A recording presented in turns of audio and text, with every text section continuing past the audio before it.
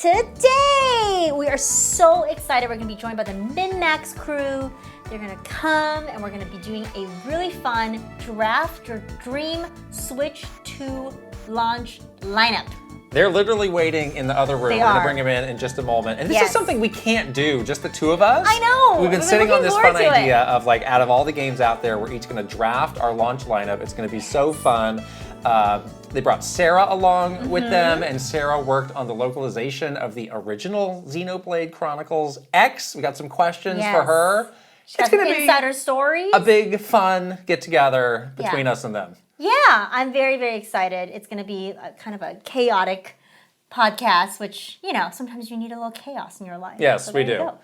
Speaking of chaos, your time with Castlevania Symphony of the Night is wrapping up, perhaps? Have you finished the game now? I have finished the game. Good, because we're recording the spoiler cast at the end of this week. That's right. And we're not talking about that in this episode at all. We put that away in the vault. And you can look forward to that being out before too long. As always, that's for Notification Squad and up, Patreon subscribers, but also in the Patreon shop. Maybe going to be a more explosive it's going to be very conversation than I thought. Yes, we're going to have some words with each other. You also have a very interesting history with the Castlevania series in general, because you worked at Konami. I do have some stories from my Konami days that I am weighing the level of detail that I can share.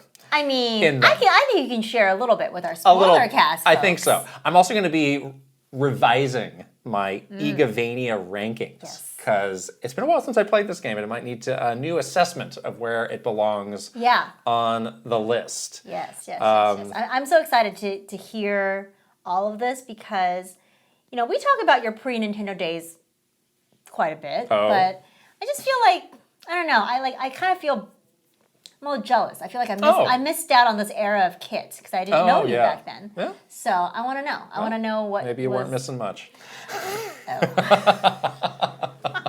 I'm not the man I am now. Oh, new and improved Kit. The new me. But I do want to know.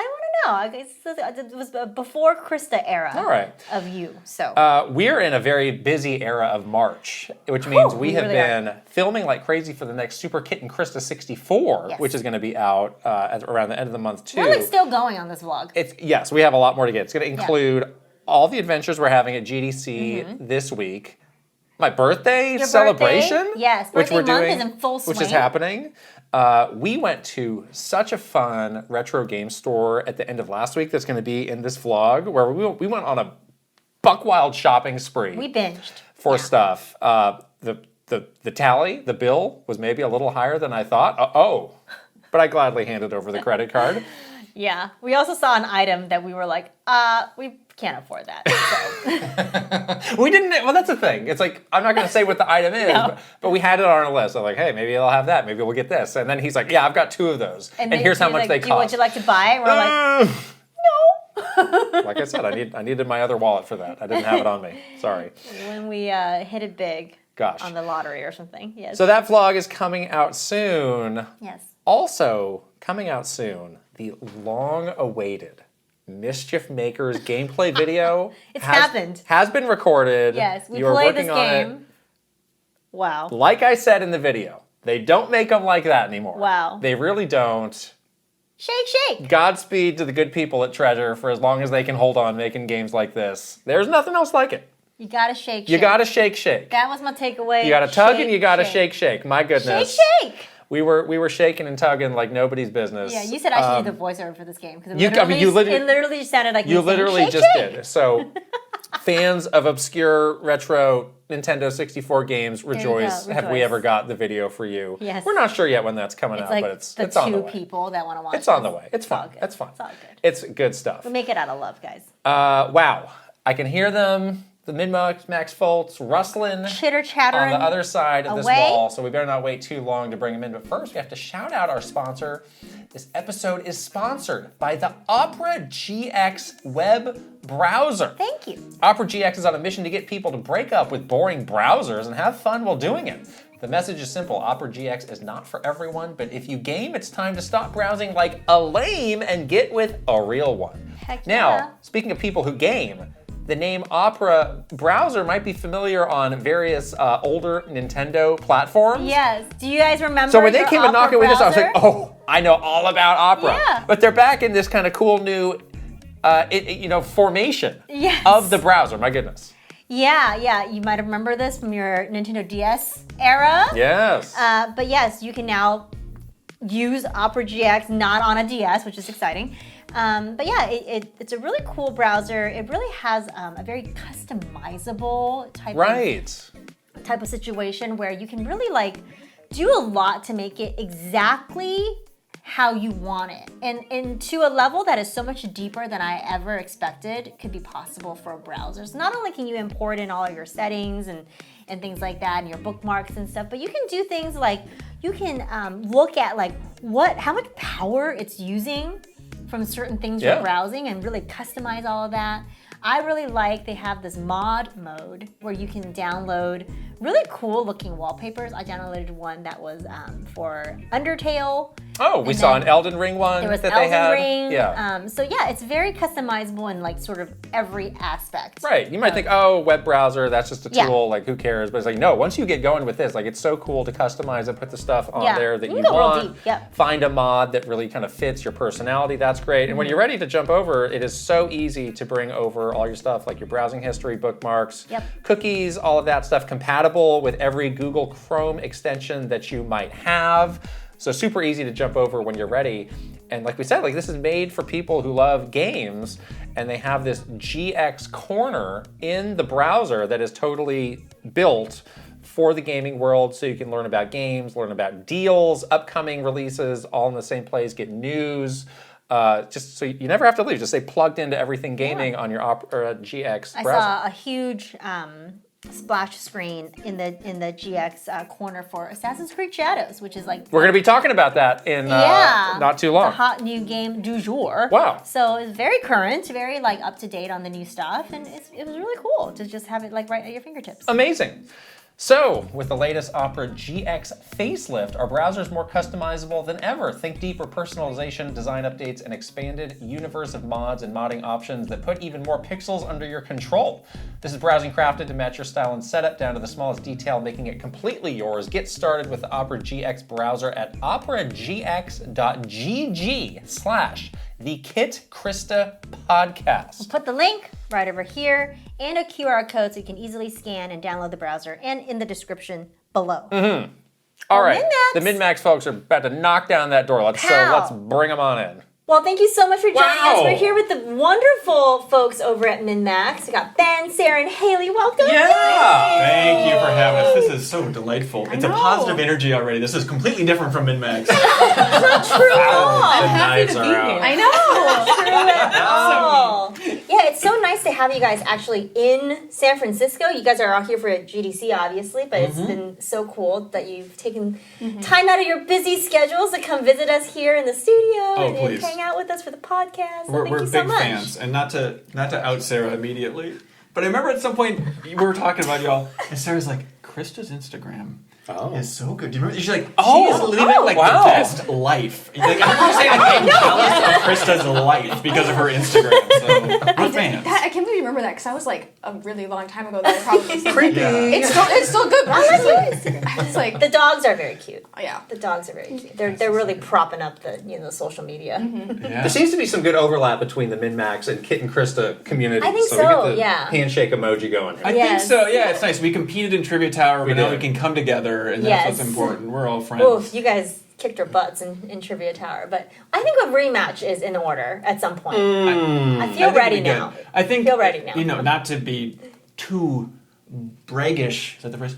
About the MinnMax community, but I feel like we need to if it was Kit and Krysta plus Easy Allies plus kind of funny, we're too good. Boss is what I'm trying to rush. say. We need a boss rush, something you guys. like Some that. kind of I think that'd be fun. Actually, Interesting. I would like to do that. So I want to ask you about GDC, because this is an event that we sometimes have mixed feelings about, Especially you. Especially me. I feel okay. It's for the developers. There's some things kind of on the periphery that are for us. What do you guys get the most out of here? Well, it's interesting. We're all kind of here for different reasons. She's a video game IP lawyer, so she's here handing out her cool business cards to everybody and trying to recruit new clients and Just stuff. cool job. We gotta get into As that far later. as law goes, it's pretty fun. I got a lot of questions. Yeah, but for us, it's interesting. Like, you know, I used to come and like, I love the panels. I'm a dork for college, and so it's like, oh, just a week where I get to sit like in little lectures. Yeah. I'm a dork for college. I love learning. Exactly. Yeah. But then at a certain point, it's like, is this the most effective use of time? Is to, you know, we can do a podcast at the end. It's like, here's all the highlights, the most interesting things we learned, which is cool. Yeah. But at a certain point, it's like a lot of the stuff's going to be online later. So then it came down to the last couple of years, like, okay, let's try and schedule meetings. And so, like, I still See squeeze people, in. Yeah, I still squeeze in panels here What and there. happened to learning? Bye.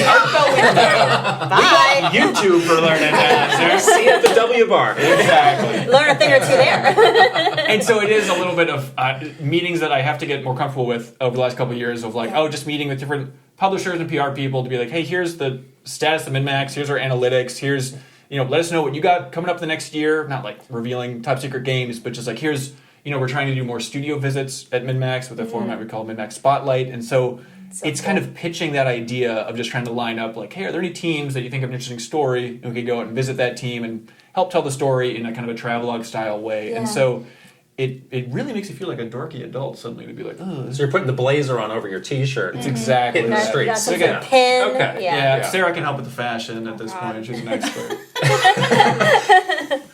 Yeah, so it's a bit of a different kind of vibe now. It is. Yeah. Yeah. I mean, what does it look like for you, Sarah? I'm still in like I like the talks. I Yeah. feel like I like talking to like my peers. Like you don't really get like time to talk to other game developers really because the events that we normally go to are media events. Yeah. So it's only like maybe like one developer there with the game, most people in marketing. But like it's nice to talk to people who are also working on games.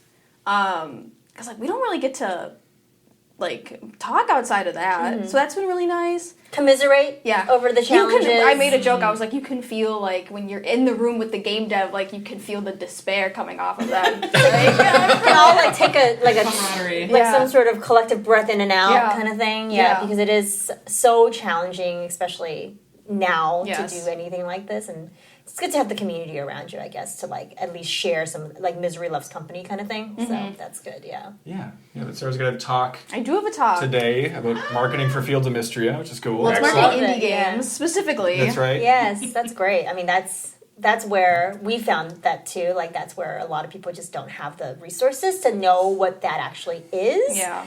And it's great that you're going to be sharing some of that great knowledge with them because they Yeah. need it. Yeah. No offense, but they need it. Yeah. You're a perfect intermediary because you do game content and marketing. Yeah. So Yeah. you're like, I know what I would want to see and Yeah. also do it. Right. Yeah. Mhm. Exactly. Yeah. I mean, that same kind of like mixed feelings that we have about the show goes back to our Nintendo days where it's like, well, we want to do a talk and we want to make it appealing to developers, but we also want to push this game.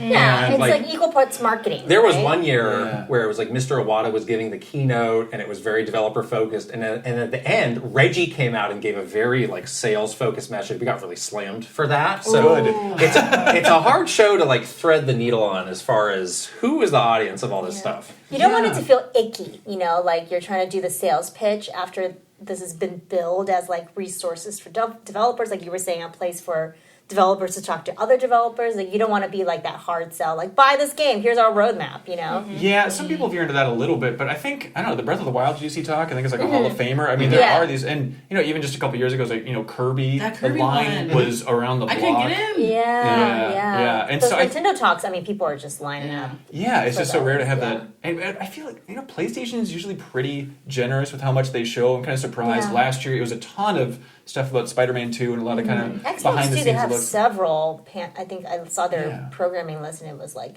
in the tens of different panels. Yeah, So, and so yeah. I'm amazed by that. Like, it's always nice, especially for animation panels that they show as much kind of work in progress stuff as they do. It's strange, but I feel like the GDC Vault Archive is probably some of the best looks at behind the scenes Yeah, games, and I'm still yeah. amazed that it doesn't get more views. Like, go to GDC's Yeah. YouTube channel, everybody, because a You lot of these amazing should, talks yeah. have A lot like of the 4,000 Nintendo views. stuff is up It's all there. Is all Yeah. there, and you can see all that behind the scenes stuff, and you definitely don't get that in other presentations or other shows these days. So Yeah, and they try and it's police pretty it, like, don't take pictures of the screens, but, they're cool. they're Someone's still... gonna take pictures of the screen, Right. Yeah. Are we in Japan? I know, right? Yeah, so it's a new show. I still love it a lot, but it is just it's a sea of I do feel like the possibilities. bar is like too high for developers. Like the price definitely prices out like a bunch of developers. Yes. Ticket Pricey prices show, are yeah. outrageous. Yeah, they should have So some sort of like scholarship fund, just going back to the college reference, like some sort of, I don't know, like subsidize some of this for up and coming developers or studios. Because it's kind of unfair that you have something that has such rich information for devs, but like a lot of devs are priced out of it. So it's kind of weird that way. Yeah. So what's new at MinnMax? Let's give you a chance to strap on the blazer and give a dry run and then we'll Give talk us your here. little Let's spiel. see. John, Okay, keep business analytics. here. I've never seen Ben in a blazer. Now's your chance. Sounds uncomfortable.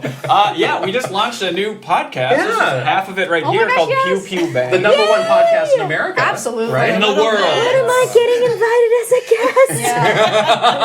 guest? You be top of the list. All right, I love it. I think it's so cool. Yeah, I think we've been following it. It seems like it's been doing great in the charts, and it's a really cool concept too. I like Yeah, Nice. so like Pew Pew Bang is our podcast, me, Haley, Kelsey Lewin, Janet Garcia, and we wanted to create kind of like a space for like our experiences in gaming. Yeah. Because I feel like it is so different from more like legacy experiences like I think Ben has, like the more average experience. You can say male Yeah, experience. well, we understand your coded language here, Sarah. Yeah. I am a marketer. But like we really wanted to just make that space for ourselves, and if like people wanted to listen, we would love for them to listen, and the reception has been Crazy good. overwhelmingly positive. Yeah. That's awesome. Like it's literally just us chatting for 3 hours about like all things gaming. They're evergreen, right? So we just had like an episode about girl games and like what games we played growing up. Why were they considered girl games and like all that kind of stuff. We had like a convention episode too, so like very evergreen.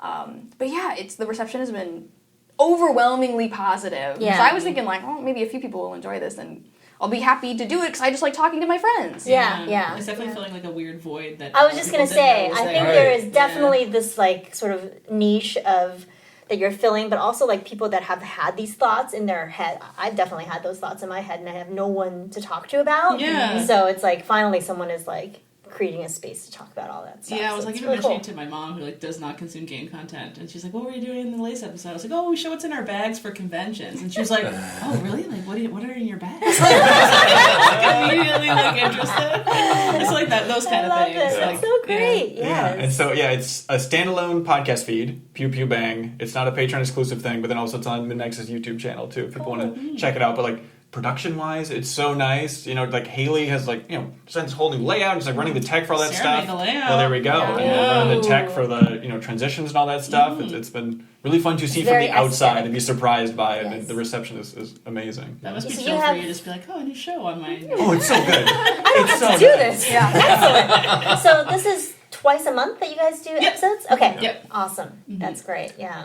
And I was listening to Danny O'Dwyer's podcast that you were on, so shout out that if people Oh. want to check that out. Yeah, that was And a great I that was a great episode. Oh, thanks. You mentioned that you have, was it 9 people in the MinnMax team right now? Mm-hmm. You guys have grown a lot. I know. It's weird. I don't It's- think I've been keeping track of all the numbers. There's an asterisk where it's like I'm the only full-time person, everybody Yeah. else is contract based, Right. part-time situation, so it seems a little bit, I don't know, misleading to be like we're a 9-person outlet. We're like, we are. It's just 8 of the people have a lot of other responsibilities, and Yeah. MinnMax is hopefully the fun thing they do on top of Yeah. their Yeah. standard Yeah. full-day jobs. Like, Haley, it's very sweet every time you say that, like, oh, MinnMax is like the fun part of my day. Like, she's looking at legal contracts I know. all day, and then she gets to come and talk about conventions and make up for Pew Pew Bang. And it's Yeah, like, hang it's out with nice their friends and stuff, right? Yeah. Yeah. It feels like fun game friend time. Yes, which I feel exactly. lucky that it still feels like that. Yeah. at work, Right, right. honestly. Yeah. But we do pay them, to be clear. It does get hard for like trips though, because there's so many of us. We have to like take turns. So it's like, okay, who hasn't gone to SGF this year? Right. Like Oh, we get yeah. priority. Like Yeah. so, it's like we kind of have to like spread it around a little bit more. Right. Yeah. Yeah, I do feel like 9 people is the right number. And I don't know. Is that a weird thing? How did you decide that was the number? Yeah. It's a good question. It I was looks nice in the arranged boxes for end of the year. Oh, It's 3 by 3. 3 by 3. That's what Yeah, I would have say. a- production mindset. That would be your I reason. think about that. I'm like, we have to move the boxes. It's very like Brady Bunch Yeah. with the little Yeah. faces. Yeah, Yeah. it's like we can't have a 51st state. The flag's going to get all out of whack. So I guess it had to be multiple. So like 9, Yeah. 12. Okay, we can Like, ratchet yeah, it you have up. to do it like that. Yeah. No, it's just I think 9 is the right number for like people knowing us from the personalities on the podcast, you know, recognizing like, oh, my taste really aligned with Kelsey Lewin or Jacob Geller. Yeah. But at the same time, still getting us in the rotation enough where, they can get used to us. And so I'll kiss your guys' butt in a second here, but it's also really nice, the idea of being able to rotate through, like with 9 people. We don't have to have, ideally, anybody on the podcast who's going to be bored by a topic, you know? Yeah. That pressure that you two have of having to play so many games and cover so much ground, whereas for us, hopefully the team is feeling that flexibility of like, you know what, Civ 7 isn't my game. I was just thinking, I was going to say, if I had to do an example, it would be Civ 7. Right. Yeah. But it's not like, okay, I need to play this no matter what. So it's just a matter of talking about it on Friday and then on Monday. Like, okay, who's playing something that they're passionate about, that they want to talk about? Right. And let's try and lump together. And maybe there's like 3 weeks where somebody isn't on the podcast. And hopefully that's a nice kind of reprieve and they can charge up their social battery for MinnMax before they come back and stuff. But still get that rotation rolling. Because I think about it so much with, 2 people. I think you all deserve a lot of credit for like playing as many games as you do. Like if it was just Sarah and I for the MinnMax show every week, it would be amazing. It would be the best. It would be incredible. Yeah, I mean, we would hate each other by like a year in, but other than that, it'd be amazing. There'd be like weekly Infinity Nikki breakdowns. Yeah, I'm an We had that. Yeah. We had We 2 had months that. straight of Infinity Nikki. I'm still playing. Yeah. I'm still playing. I'm still Infinity. playing Nikki. Don't And you know, what's that mobile game that's like Oh, Love and Deceit. Oh, that one. Girl. Stop. Okay. Yes. Oh my god. You and I need to have a chat after this. Yes. But yeah, I think the way that you do it is great because I love the idea that like no matter who your listener is, there's somebody that they can relate to. Right. And you guys do such a good job of like making it feel really personal, even with like a larger sort of bench of people. I think that's one of our fears.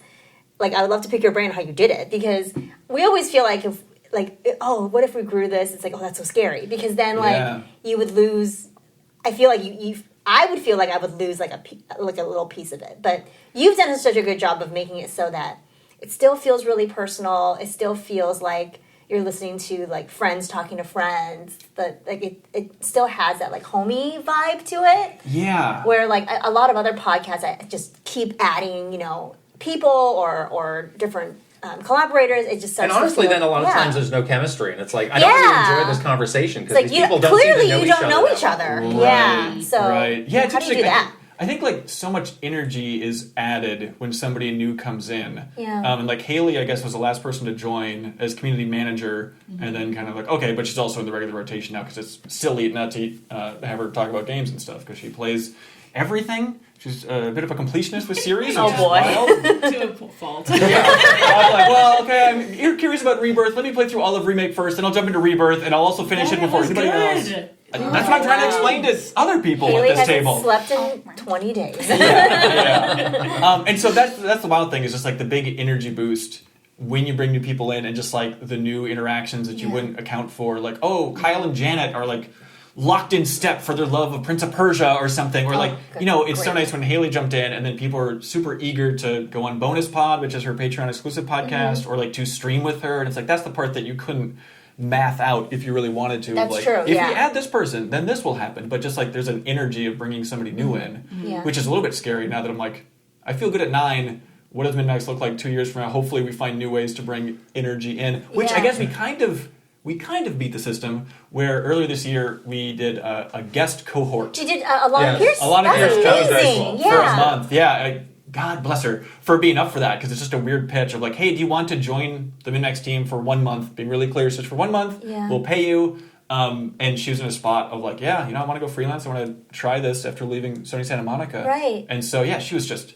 awesome. It couldn't be easier So cool. to work with. And so hopefully that is kind of the cheating the system kind of way of having that energy blast because it was like a swell of like, oh, everyone was excited to podcast with Alana Pierce, Right, And so, She has new different perspectives and things like yep, that. got an that you bring amazing in, perspective from the development side, being within Sony and stuff. And so, if we can do like, 1 or 2 of those a year, I think that's a nice way to kind of make things fresh because you all have experienced this. Like the whole Patreon life, it's very fun, but at times, people don't realize it, but like people drop out every day from Patreon. You got to find some way. Thing. Have you ever thought about that? Oh, yes. Oh, it's terrifying. It's terrifying. So just the idea of like, how do we keep new people coming in? How do we keep this fresh? And you all are doing a great job for reinventing it. We learned from you. Oh, please. I remember early on. Yeah, That's right. When we were, seriously, you though. were one of the few people we spoke to. Said, can we do this? Is this possible? How's this? Yeah. And I tried to Yes. share the advice that I had, and then I remember Great I followed advice. up with, well, you say that. I do remember I had one extra piece of advice for you, which you did not take, because you didn't know what it was going to be called at that point. And I was like, what if you called your outlet Wii U, but spelled it like W-E-Y-O-U? And I think it was like a follow-up Discord message. I don't even think you responded. Maybe like an emoji thumbs up. I was like, I think that's kind of a cute We still have the trauma, okay? I know. I You will can say make from a us, legal yeah. perspective, you shouldn't have a phonetically same as a trademark. There. Boring. Even if You it's know that our different. company motto is "Don't get sued." That's right. Right. Why you talk to him anymore? Really? That's a This legal matters barrier? to us. Phonetically, if This it matters causes to us. This confusion. matters yeah. deeply to us. All right, Don't get so I sued. want to ask you a follow-up on that. Yes. This may be a dumb question. What is MinnMax? I think you describe yourself as a media outlet, but I think now we're talking. But yeah. I think Independent I don't know. I media. think if you ask 10 different people, what is it? They may have 10. Well, maybe not 10, but a few different answers. If you ask 10 different publishers, Yes. that is the tricky part, is what Right. is it? Yeah, we consider ourselves a media outlet. In my Okay. mind, it's like, I was at Game Informer for 9 years, so it's like, an independent version of kind of the online side of Game Informer is how I see it. Right. But it's been really interesting just how different, publishers and PR people kind of see us differently. It really is a case-by-case basis. So like, Yeah. okay, how does EA see us versus Sometimes they're Ubisoft just see like, us? you are a podcast. Well, it's interesting. And this is, a larger conversation we get into, I suppose, is like Nintendo specifically, I think, is really interesting of just trying to. Wrap their heads around it. Well, I think it's just a matter of, and this is a very entitled position, I understand, but it's like a dorky thing of like, I hope we get invited to preview events. Being a Game Informer for so long, like we're all so used to, going and previewing games and stuff for like the cover story trips, and so I really miss those interactions with developers. Seeing those games early, I think is really exciting for the community and for us. And so it is hopefully not too gross and greedy of an angle of just like, how do we get invited to more Nintendo preview events? How do we make the case to a company like Nintendo or other publishers that like we should move up whatever internal ranking you have of media outlets? And it's really, it feels very gross to have these meetings of like, here's our analytics, here's our experience. I've interviewed Miyamoto several times. Like we're you can Obviously trust us trustworthy, with embargoed I information. take it you've had this conversation already. I have had this conversation. And what was the result of that conversation? It was good. It was Golan they're very professional. Over Yeah, there, but that's Nintendo's PR agency. Right. Long term, like over 25 years with. Shout out to Eddie Garcia. Shout out to Eddie Garcia doing the Yeoman's work, the as Lord's Reggie would work. say. No, but it's interesting. I mean, they're like, oh no, we see you as a media outlet. I was like, okay, good, because I've had other Yeah. meetings at GDC where people are like, you're kind of in the influencer bucket because I guess primarily you're YouTube. Anybody who's primarily YouTube is seen as an influencer, whereas. Nintendo is the way they pitch it is like, just because you're primarily on YouTube, we understand that there's a difference. But I even feel that, like But it's like my thing is Please. from like a marketing, like a modern perspective of marketing, media and influencers are getting so blurry lately. Exactly. And I think like if you want to survive in games media, you kind of have to like have a podcast, like put videos out, like and Be where personality Yeah, driven. you have to be a personality. Well, the key word there is modern. Yeah, And that's maybe not what Nintendo is at the moment. It's a different way of looking at it now. Like we worked in PR communications for like 15 plus years at this point, and it's like the landscape certainly has changed so much, but it should be more about like, hey, these people are talking to the people that we need to talk to about this game, so we should be working with them. That should be the only metric you're looking at when you're thinking of who should I invite to this preview event? Right. But Nintendo does not see it that way, unfortunately. Like, our experience, obviously, inside the company is that they're very traditional, and they're not modern. They're still thinking about media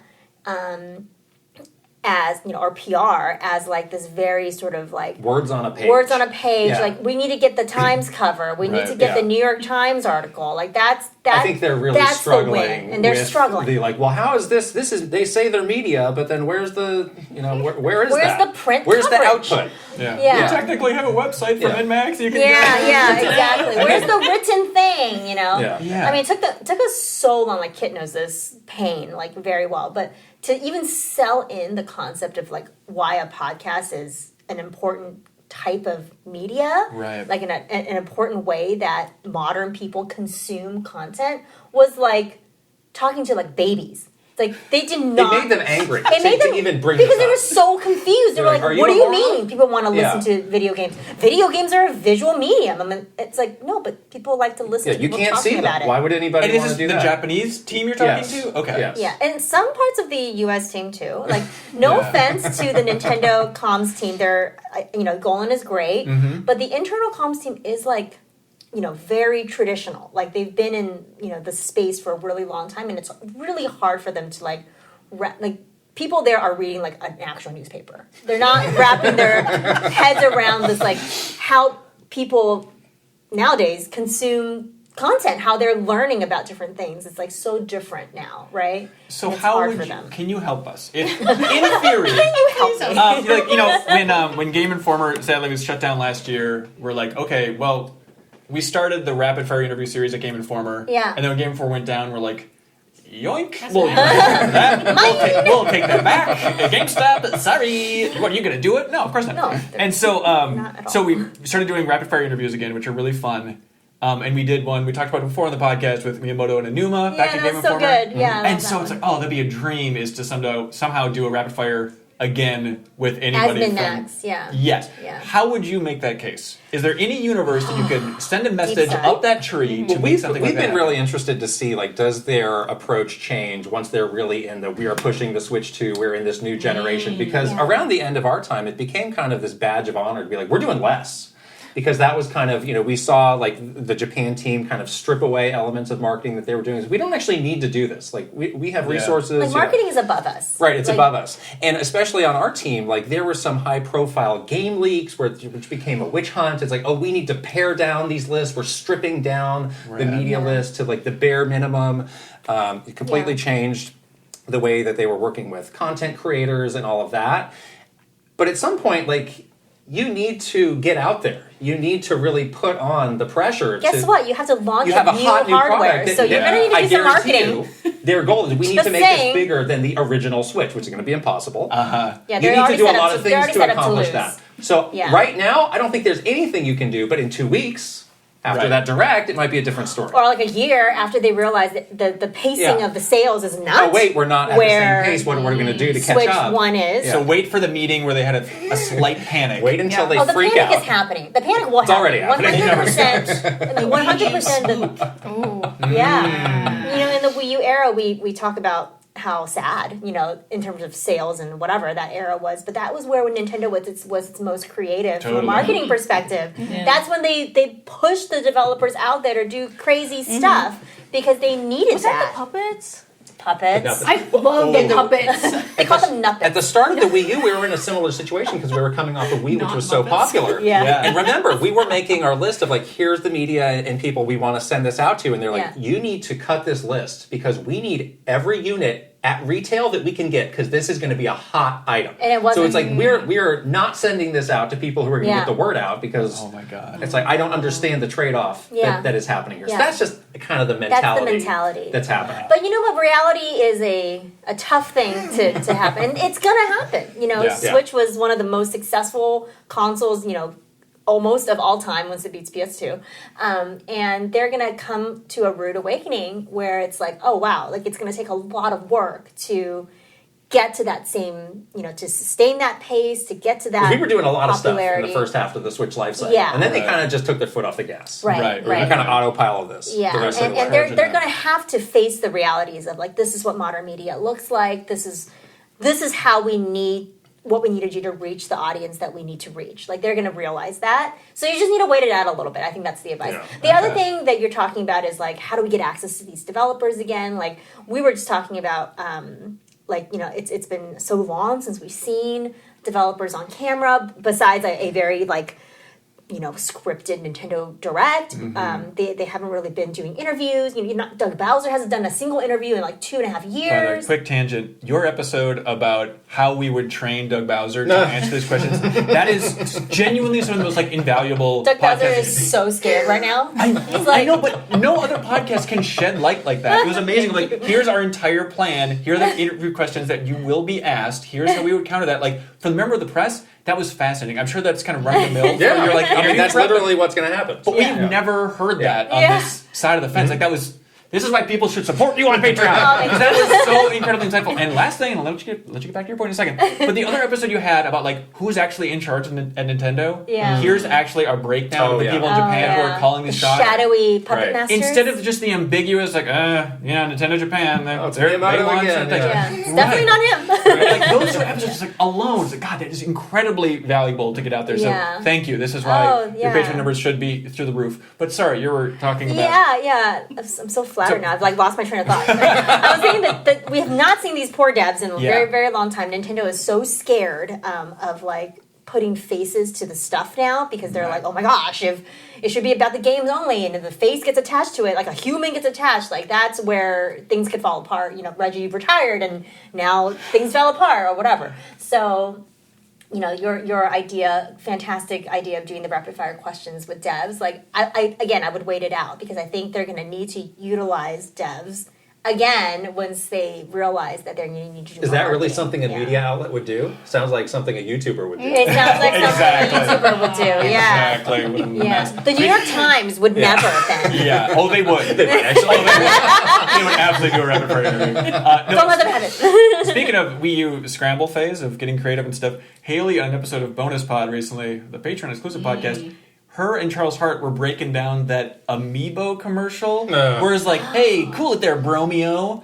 Remember the What's Smash his name Amiibo? from Stranger Things? Is it it? Oh yes, that little boy. No, the what's his character? The boyfriend. Yes. Yes. Yeah. I realized that like way deep into the Switch era. I was like, wait, is that kid from Stranger Things? I didn't even know that he was cast in this random. He wasn't even like commercial. the main. He was just like another kid on the couch. Yeah, it was like the early days of his career taking off. Honestly, It was like a 4.5-minute short film about training your like Smash a Rocky character montage. to try and woo some lady on the couch. It has like 40 million views. It's crazy, yeah. It's Nintendo's second best movie after the Mario movie, I think. It's that weird Smash Amiibo commercial. They were doing some weird stuff back then. That's something great. that the ad agency made, and they like we would have to sit through in meetings them like reading through the copy of like acting out the copy of a commercial, And the you would just storyboards are sit there up. in silence, like you disassociate, and somebody's like, "Hey, Johnny, let's go play Super Mario Slugger." And they have like the oh little, my they gosh. read the little caption. He's like, Mom enters the room and sees Charlie and Sarah would playing on the read couch. word for word. Hey Charlie, how are you doing, Sarah? It's like, oh my god, Yeah. this is so awkward. Like, But we then don't they need to filmed do it this. and it was art. And so who's laughing now? Something. Yeah. It was something. It was something. I feel like the true art was like the old Animal Crossing GameCube commercial where they had people in those like giant The suits. suits. And they were like, your neighbor is a raccoon. And they were like, I want that back. Yeah. Yeah, or the Smash one where they like beat each other. In the So suits. good. Yeah. So good.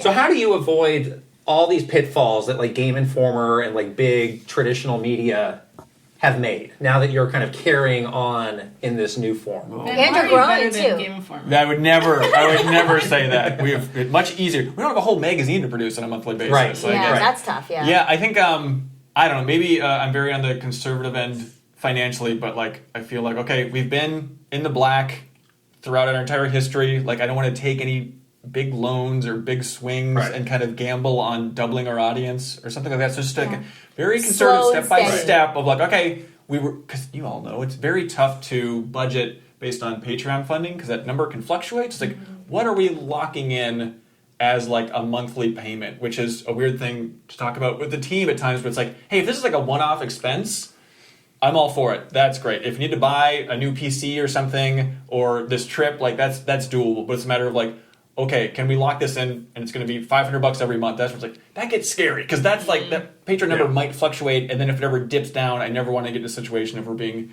dragged down and in the red every month. And so, yeah, it's just kind of a one step at a time thing. You know, we had I talked about it in Bonus Pod, I think, but at some point we had an investor call, which is like, oh, this is the flattering call of them being like, hey, could we buy... Was it an angel investor? No, although that was another thing. Was someone from this country? Was it like a It was Saudi somebody from this investor? country. It was somebody from this country. Yeah, but they're like, hey, we want to buy like 49% No! MinnMax. Yeah, and You would they're like, never, right? Yeah, and like, we'll give you $300,000. Oh, that's your evaluation is way higher than that, Ben. Really? That's the only number I've ever heard in relation to how much MinnMax is worth. So it's like, okay, yeah. For 49%? No yeah, way. so it's like, yeah, I'll jump on a call with you. Let's do this. Like, and it was like, he was a very nice guy. It felt like a cartoon character though at times because he had posters behind him, and they were literally of the Monopoly pieces. That's such a red flag. Are you serious? But which ones? It was, free parking was up there. Get out of jail. Haley's like, alarm bells. So that was a weird thing, but it's like, I can't imagine the idea of like, oh, 300,000, that sounds amazing. I could pay off my house. This sounds like But a then scam. He seemed legit. I looked him up a little bit. Non-voting. Okay. Yeah. Okay, this is some legal No, stuff. your valuation would be very hard. So there was a thing of like, I would not want some other entity being like, we need to double these numbers overnight. Yeah. So it's just, that sounds the so terrible. corporate puppet master that's like, you Right. need to do X, Y. You need to now be pushing AI all of a sudden because we've invested into this company and we need to see growth, and that's where everybody that's the shareholders are talking about. Right, but then there's also like, that internal pressure that hopefully we've avoided. I'm trying to think of when we fall into the trap of like, this will do numbers, but we hate doing it, but we should do it for numbers. Because I think I think we would learn to get pissed at each other a lot more often if it was a matter of like, look, I know you don't want to do this, but like, we need the views, so we need to get out there. But ultimately, it's like, if the team is feeling good about the work at MinnMax, that's way more valuable than this video did 30,000 views on YouTube. Like, who cares? What does that really mean? That's like $100 or whatever in YouTube revenue. And like, it's tough to figure out what's worth it and what's not. I'd rather have kind of focused, bigger swings with our content that will hopefully strike a chord with the community rather than, as I like to say, setting up a bunch of treadmills for us to sprint on forever until we die. I think that is a trap that especially a lot of content creators fall into, where it's like they have one very niche thing like take off, right? Yeah. And then they become that person. They just get locked into like, I guess now because I had like one hot take video about some news thing take off, now I'm the hot takes news guy. Right. And I gotta do this every single day, 7 days a week, or else I will lose everything. And then I'll spin off a sub-series that's even hotter takes that I post every afternoon. And then I react to my hot takes, and then Exactly. other people react. And then you just get into this like cycle of like, why am I doing this? And this kind of sucks. Yeah. And I don't want to be the hot takes person only, Right. So yeah, we kind of struggle a little bit with that too, because obviously, we started this whole thing about like, let's talk about pull back the curtain on, in what an inside of a big, games company looks like, inside Nintendo, what does it look like? And that's been interesting for people, but our best performing stuff is like the Nintendo hot takes, like the news stuff about Nintendo, and like obviously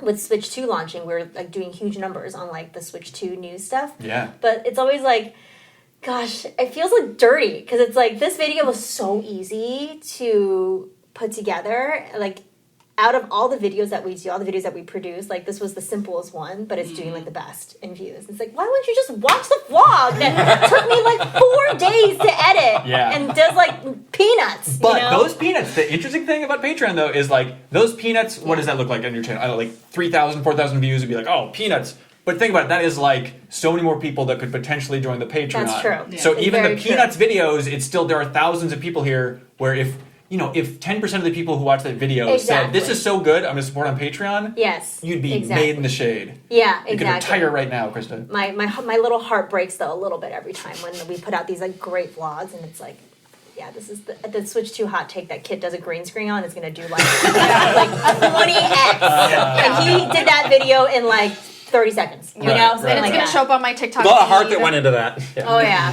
Oh yeah. Sarah, You've been all over my TikTok really? feed. Yeah. Oh, sorry, Sarah. Jeez. You're like, oh, jump scare.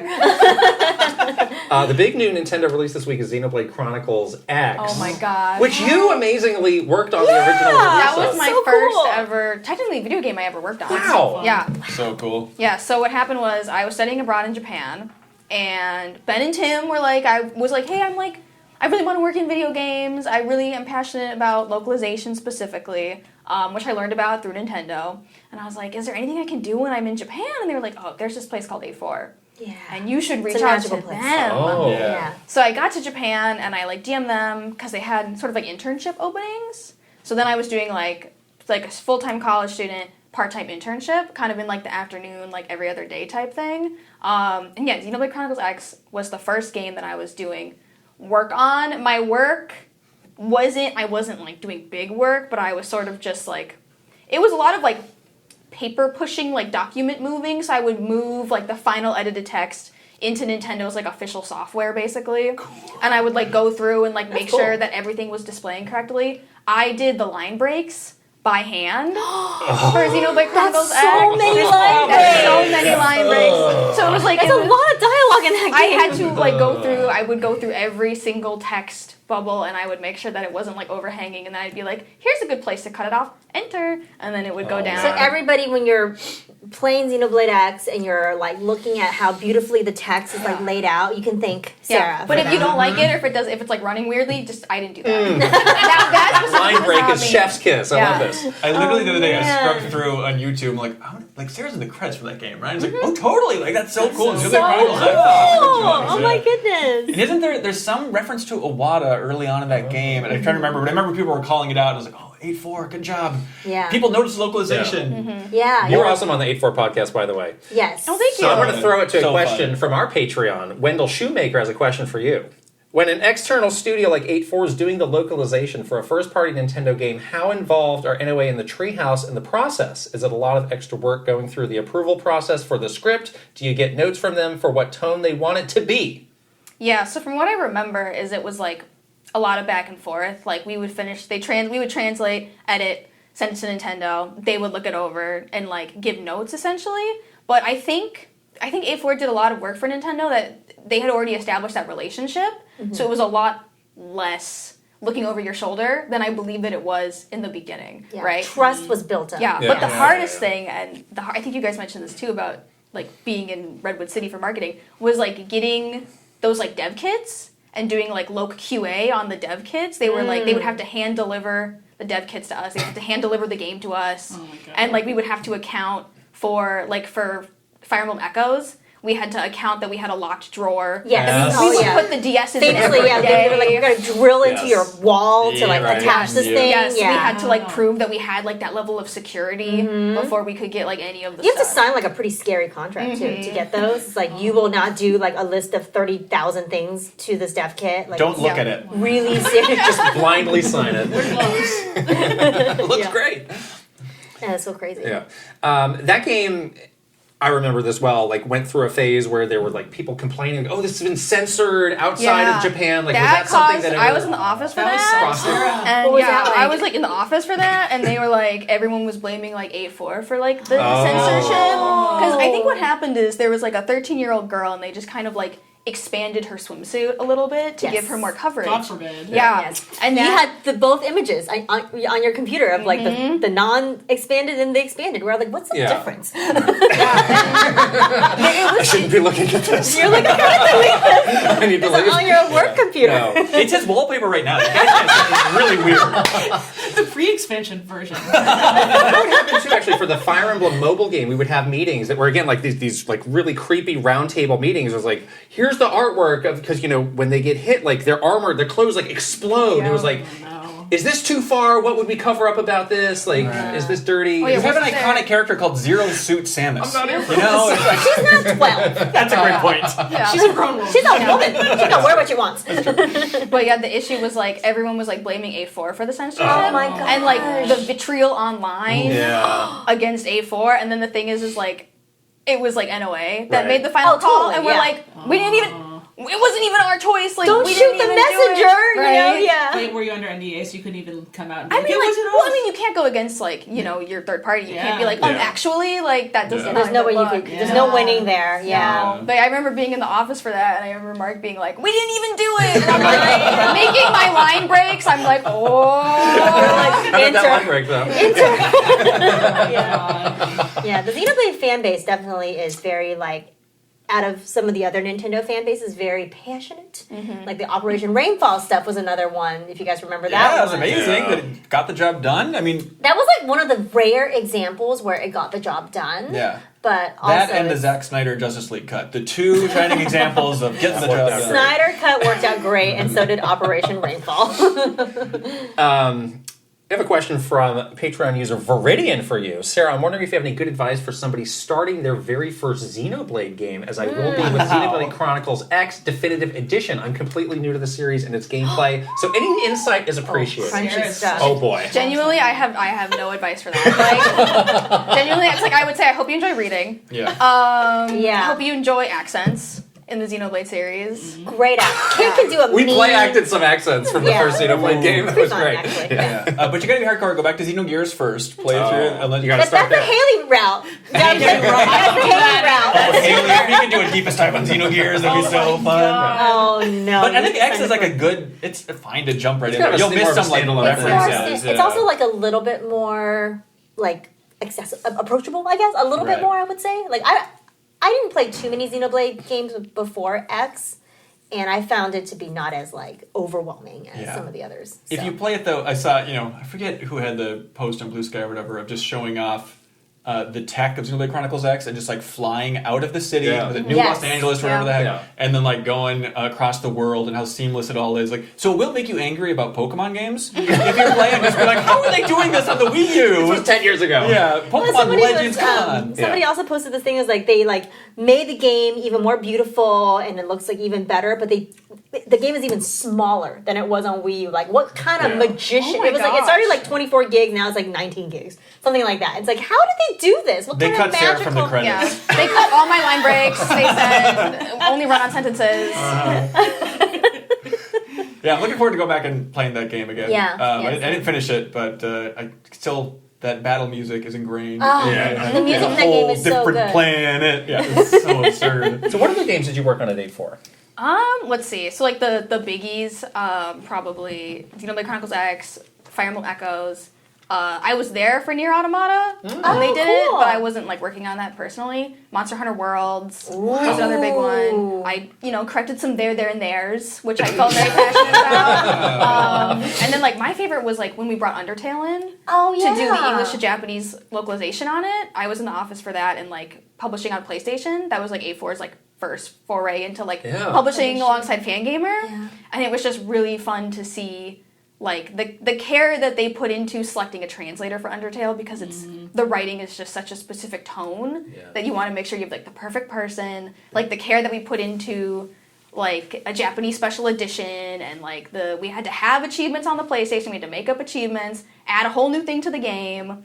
That was probably like my favorite. And then I got to go to Undertale concerts in Japan, which I was legit crying in the audience because it's like such an emotional experience. They would just like reach out and they'd be like, hey, like we have tickets, please come. And it was like a high school band, but they were really, really good. And then I'm the only white person in the audience, so everyone kept thinking that like they're like, oh my god, are you Toby Fox? Are you Toby Fox? But it's like it's just crazy to see the passion that you feel like you helped bring to Japan. And then they also did like a big concert in like a big concert hall for Undertale too. So wow, so the cool. impact of Undertale was so huge on Japan. I remember like visiting Game Freak and walking around the office like, there were like Undertale figures and plushies and stuff. And then they brought in Toby Fox to do the music for the Pokemon series. Did you know? It's like a fun chain reaction, right? I was like riding in a taxi with Toby Fox to like some event for like a meetup for him, and he had just come back from the Pokemon company, and I'm like chit-chatting him up. I was like, oh, what'd you do at the Pokemon? And he looks at me and he goes, they asked me to do music for the next Pokemon game. And I was like gonna open the door of the taxi and like throw myself out. Vomit out the taxi door. Are you kidding me? And he's like, I don't know why they would ask me. I'm like, what do you mean? Like, you're great. He's like, I don't know why they want me to do music. Humble king. Yeah. Wow. Yeah, amazing. That's so cool. So do you miss living in Japan at all, or? I do miss living in Japan. It got kind of like, I got a little like worn down with like the visa process and like. It seems like that was pretty tough for I was like, I don't want to go back to the immigration center again. Yeah. And you feel so isolated from the gaming industry in America. Right. It is such a like a standalone kind of thing. Yeah, and I feel like that early in my career, I wanted to experience more. So that's why I was like, okay, I gotta dip back. Come back, Yeah, wow, what a crazy experience, though. That's amazing. Some cool ass videos. Yeah, that's really amazing. Really amazing, yeah.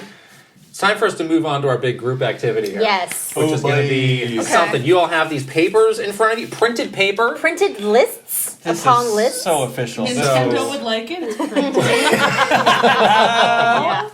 I put a picture of this in our Discord and I was telling her, people like photos of printed papers. That's exciting. When Especially you see like show notes. it's like, I have the printout of the here's the Nintendo Direct. script. Here it is. They surely print it out. It just looks just like this. Yes. Okay. So we are going to be drafting our own Nintendo Switch 2 launch lineups. There's 5 of us. Yes. We're each going to be picking 5 games each. We have this list of there's 120 possibilities. There's obviously a lot more out there just to get the juices flowing. But what is eligible are new entries in any Nintendo franchise, currently released or announced third-party games that could be out this year. Could be. Like we had a last-minute cut of wait, the new Okami games, that's not going to be out this year. Take that off. So we can't include that. Right. Okay. But anything that's currently out, It's we don't know the technical capabilities of the Switch 2, so we're not worried about that. This isn't Digital Foundry. Right. Okay. And this is exciting. For the entire draft, all of us collectively can pick 3 new IP. We're calling them Jokers. But you have to describe what the game is. And it has to be something Nintendo could reasonably make. Yeah. Okay. Yeah. Okay. Yeah. Would make. Like, you would have to pitch it and they would give it the green light no matter what. Right. Yeah. Like it's something that It's not like, we're making a Grand Theft Auto-esque murder simulator. You know? Yeah. Cool. We're And not then making the finally, rated NC-17, whatever, Well, Gotcha. I don't know if they would make that, so yeah. on the table, remake or remaster of any previous Nintendo game from Nintendo is on the table. Whoa. Yes. Wow. Okay. You can trade if you would like, and everybody has to end with 5 games. Do you have to negotiate a trade? Negotiate a Sure, trade, yes. yes. And is this list is our dream list? Yes, Okay. It's exactly. like what you think would be a good launch lineup. When you Yes. want to boot up Yeah. if you had the Switch 2. Yes, at day launch. one. Day Oh my one, gosh. you're like, wow, This these is 5 games are on the Switch. my gosh, this is this like is the all best available. year, Right, launch year right. ever. Yeah. So we have randomly predetermined the draft order. Okay. And you got the number 1 pick. That's me. Congratulations. It's a snake draft, though, so That's the last right. person picks twice. Right. So the order is Ben, Krista, Haley, Sarah, and I'm going last. Yes, which means you get 2 picks. Yes. On the front and the end, that person gets 2 picks. That's right. So on the way back, you'll get 2. This is a whole system. Whew. This is complicated. Sports. Love it. Love it. We're ready. Okay. Go ahead, Ben. You Your get number the first 1 pick. And Out of- Kit is going And to I'm be going to Anything. keep track of all this. Anything on the board. Anything. so lucky. It's Ben. a daunting. It's a daunting. It's a great opportunity, but it's very daunting. But know that I am mentally fighting with you right now. Know that I am mentally going. that. Not that one. Also, we're going to judge you harshly, by your first pick. I was promised no judgment. Okay, I'm going to go controversial. Oh. 3D Donkey Kong number 1. Oh! Really? Yeah, absolutely. What's the vision for this? I'm just curious. working myself into a frenzy about this idea. Like, we know that Donkey Kong, there was a 3D game that Activision were working on, like Vicarious Visions for a while, and that got scrapped. I don't know if you guys know a lot more about that secretly, yada yada yada. Good poker face, I guess. Yeah, you got it. But I just feels like Nintendo is pushing Donkey Kong. They've released all these old games on Switch. They got the Theme park. Theme park. You know, there are bananas. rumors Yeah. of a spin-off film with Donkey Kong. It feels like this is a great time to celebrate Donkey Kong. And we all love Donkey Kong 64. We love it. I thought you were going to say Donkey we? Konga. Oh, we need that. The conga drum. We need that. Like Jungle a Beat Joy-Con 2. version of the... I think that's cool. But I do think if it was the Tokyo team and they made a EAD, 3D Donkey Kong... It'd be legit. And Mario could be in it. Sure. You know, I have this vision Mario of... could be in it if he wants. Wouldn't it be fun to have a vision of Mario riding around in Donkey Well, Kong's that was back, what I was exploring thinking. it? Like Yeah. a crossover A Mario and Donkey crossover. Kong. So 3D. is that a That could be really contender? Can I have 3D That Donkey could be Kong your new parentheses? IP. You already made your pick. You The made your pick is pick, in. so you cannot. Mario's Sorry. gonna technically remember that. The pick is in. Okay. Krista, you're next. Okay, easy pick. 3D Mario. 3D Mario. 3D Mario. All right. Yeah. Yeah, we need the Odyssey 2, Galaxy 3, something like that. Sure. Okay. Or Sure, bigger and more cool than. But you can't have my Donkey Kong in it. He's staying on this side of the fence, Chris. She doesn't want it. I don't want your Donkey Kong. He's smelly Dare and you. gross. With his new design? Sounds I like love Seth them with Rogen. the little tiny eyes, little beady eyes. Seth Rogen with tiny eyes? What a dreamboat! Sign me up. Next pick is Haley. I mean, this is gonna just seem like I just want the most popular thing, but I genuinely play my Switch Mario Kart. It's a good pick. I'm surprised it made it that long, actually. Yeah. I'm surprised it made it that long. That's a good pick. That's a solid first pick. Yeah. And so far, it's only the Donkey Kong little eyes that's controversial. And you know what? Honestly, this is a very safe pick. Is probably coming. Yeah. Like we have seen it. This is the only game literally we've seen it. seen. Yes. So Yes. I think we're safe in like our expectations being like, yes, this game is coming. It's the most vanilla pick, but I'd be remiss if I didn't snag it early on. Yeah, that's true. That's true. Yeah. Okay. Sarah. Yes. I can't. Yes. Yes, I agree. Yes. Silently I can't fighting tell- Ben for 10 minutes. I can't tell if like this is more of like a my dream because I know it hasn't been It's your dream it hasn't choice. been 8 years, but it's like I want another Animal Crossing. Damn it, Sarah! I have to take Animal Crossing, That's so valid. and I feel like Nintendo's. My personal opinion is that Nintendo is not prioritizing Animal Crossing like they should be. Yeah. I feel like Animal Crossing, despite its like popular IP, everybody loves it. They like pick Splatoon over it every day, and it makes me mad. Infuriating. Yeah. Yes. I just want the next Animal Crossing to be the next Animal Crossing Infinity, Nikki. Exactly. Where they support it long term. It just becomes like the definitive Animal Crossing Yeah. game, and we just play it forever. Yeah, well, what's crazy is like they did that with Splatoon has like longer term support with Yeah. like additional content, and then so does like Mario Kart Forever. They're just Yeah, dragging it out. yeah. But Animal Crossing, they're like, oh, you don't really need it. And it's like, yes, we do. Why? This yes, is we do. literally the game you need the most. Well, the issue How is do like you The do that? Sims makes so much money, Yeah. and it's Yeah. like Nintendo, not to like manifest me paying even more money for games, but I'm like, you could be doing this too. Yeah, totally. So yeah, hands down, Animal Crossing. Can you imagine Okay. the NPCs had like better personalities and they were timed They used to released? have better Well, personalities. see, okay. what I wanted, but you stole it from me, that's fine, was the next Animal Crossing game could be a New Leaf remaster. But That would be nice. that's their foundation that they base it on. And Is that they your pick, do though? long-term support. No, it's I a don't new think- one. I don't think New they one. would ever remake an Animal Crossing game. Maybe. Yeah? I don't know. Really? I can see it. I think they would put it on NSO. They'd be like, okay, now you can play the GameCube game on pay money for Totally NSO. redo it. Yeah. All right, Kit. So I'm up and I get 2 picks here, which is interesting. Animal Crossing was actually the next on my list, so Okay. you took that from me. Okay. I'm going with Splatoon 4 here. Wow. Whoa. Because I think, like Animal Crossing, like Mario Kart, this is a game that we can just push for the duration of the life cycle with all Yeah. these Yeah. updates. We're going to be updates, we're going to be Ongoing DLC. game. It's an ongoing Yeah. game. So it's get it out early, lock them in, and they're in for the full generation. My next pick is Zelda Ocarina of Time Remake. Ooh, I literally don't stop. I have been talking about that for so long. I think it's time. It's due for It it. is. 3DS was the last we one only we have got. a three. Nobody Yeah. can play Nobody that can unless play you have that. a 3DS Yeah. anymore. If they Yeah. just ported that version, I think people would be happy. I mean, make I it look would a little not bit be better. I would not be Yeah. happy. I would like them to do a little I'm more. aiming a little bit higher than that, but yeah, I think it's time. It's a We timeless have game. higher expectations.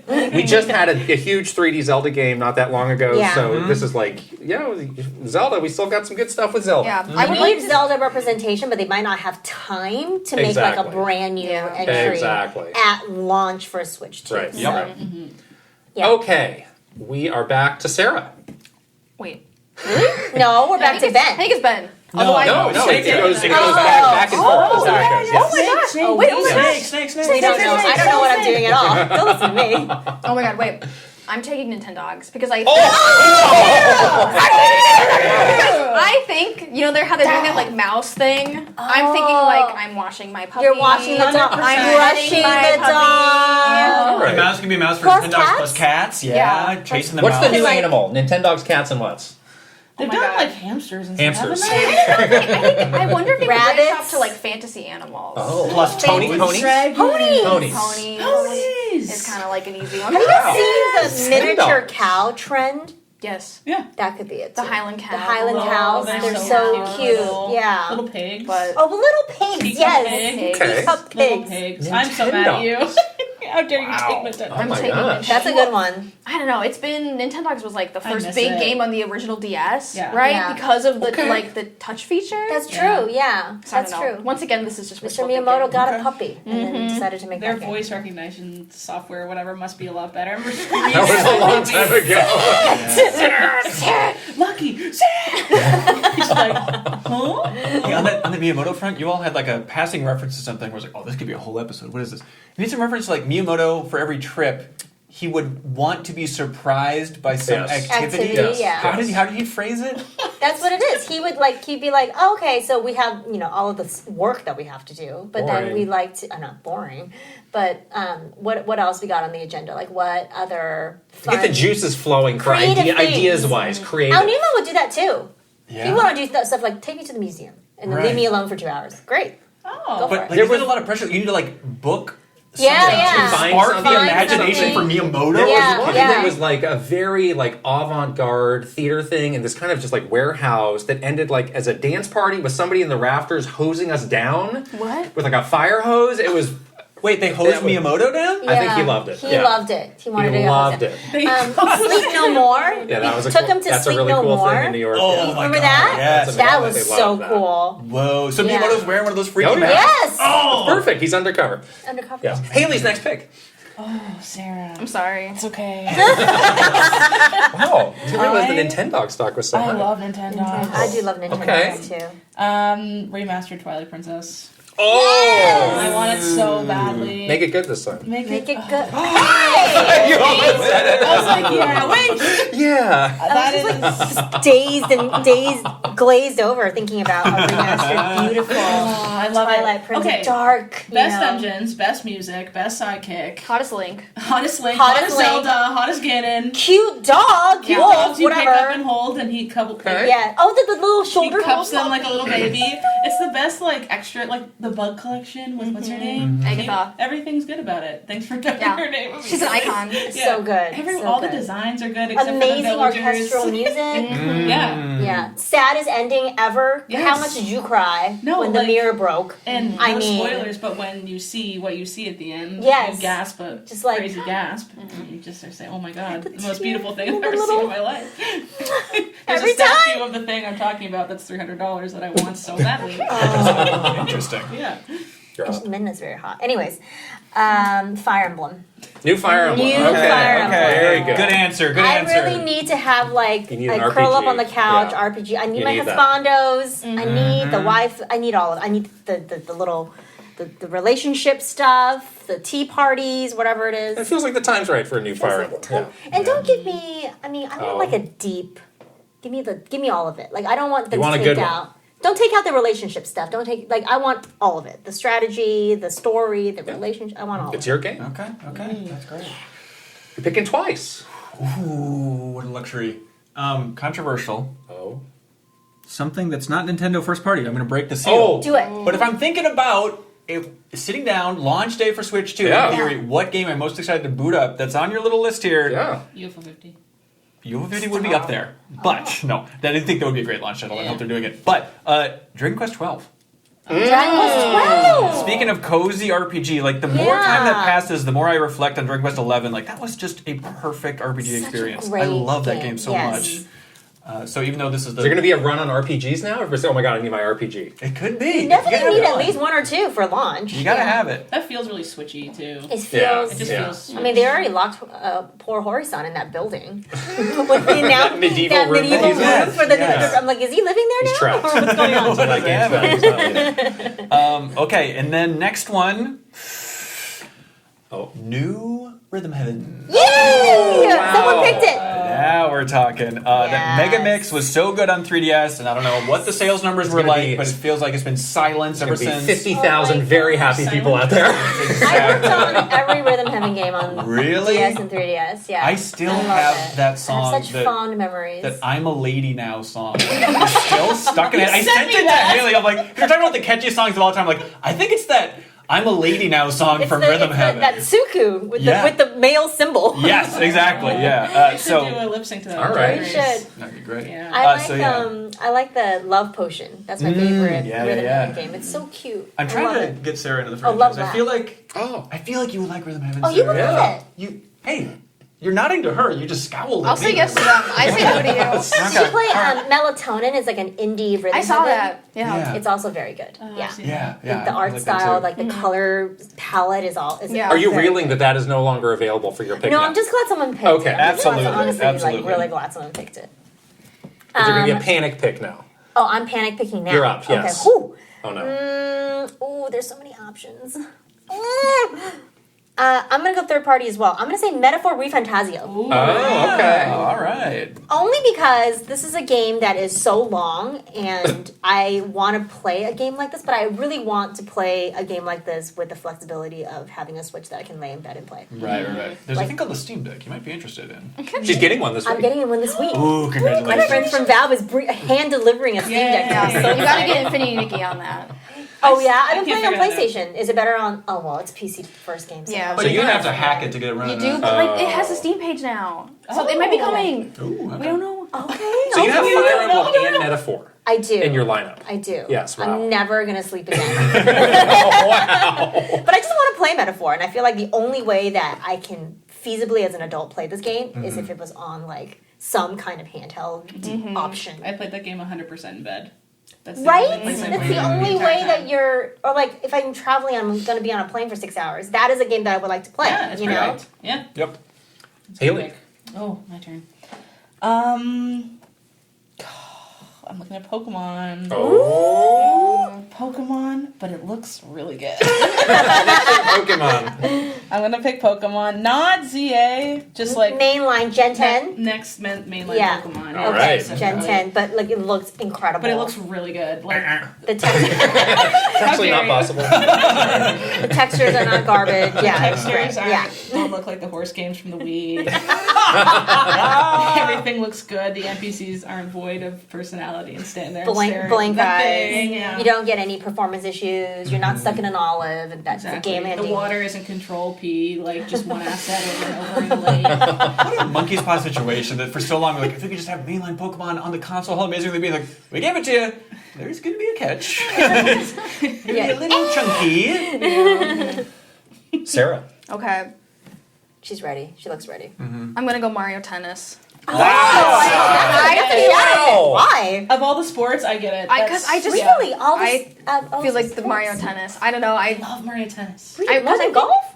yeah. Oh, okay. Yeah, because like Mario Interesting. Tennis, that's like the only Mario sports game I really played extensively. That's where Waluigi Yeah. showed up. Has a rose? Exactly. His mouth? And I remember it coming. It also came out kind of at the beginning of the Switches, like maybe like first year or two. Yes. Yes. And I just feel like Those games feel Did you good need to like a play. sports kind of it's been a while multiplayer since we've gotten like because Yeah. I think we just had Sports Island, Yeah. right? Was like kind of like the Switch Sports Island was the last Oh, one. that was bad. yeah, it wasn't Yeah. good. Switch Sports, that was really bad. We don't But I need that. feel again. like Mario Tennis, like it's time. It's time. It's time. Yeah, if It's they time. definitely like a Mario sports game is a good pick for launch, just because you probably need some more multiplayer games other than Mario Kart and Splatoon. So yeah, it's a good pick.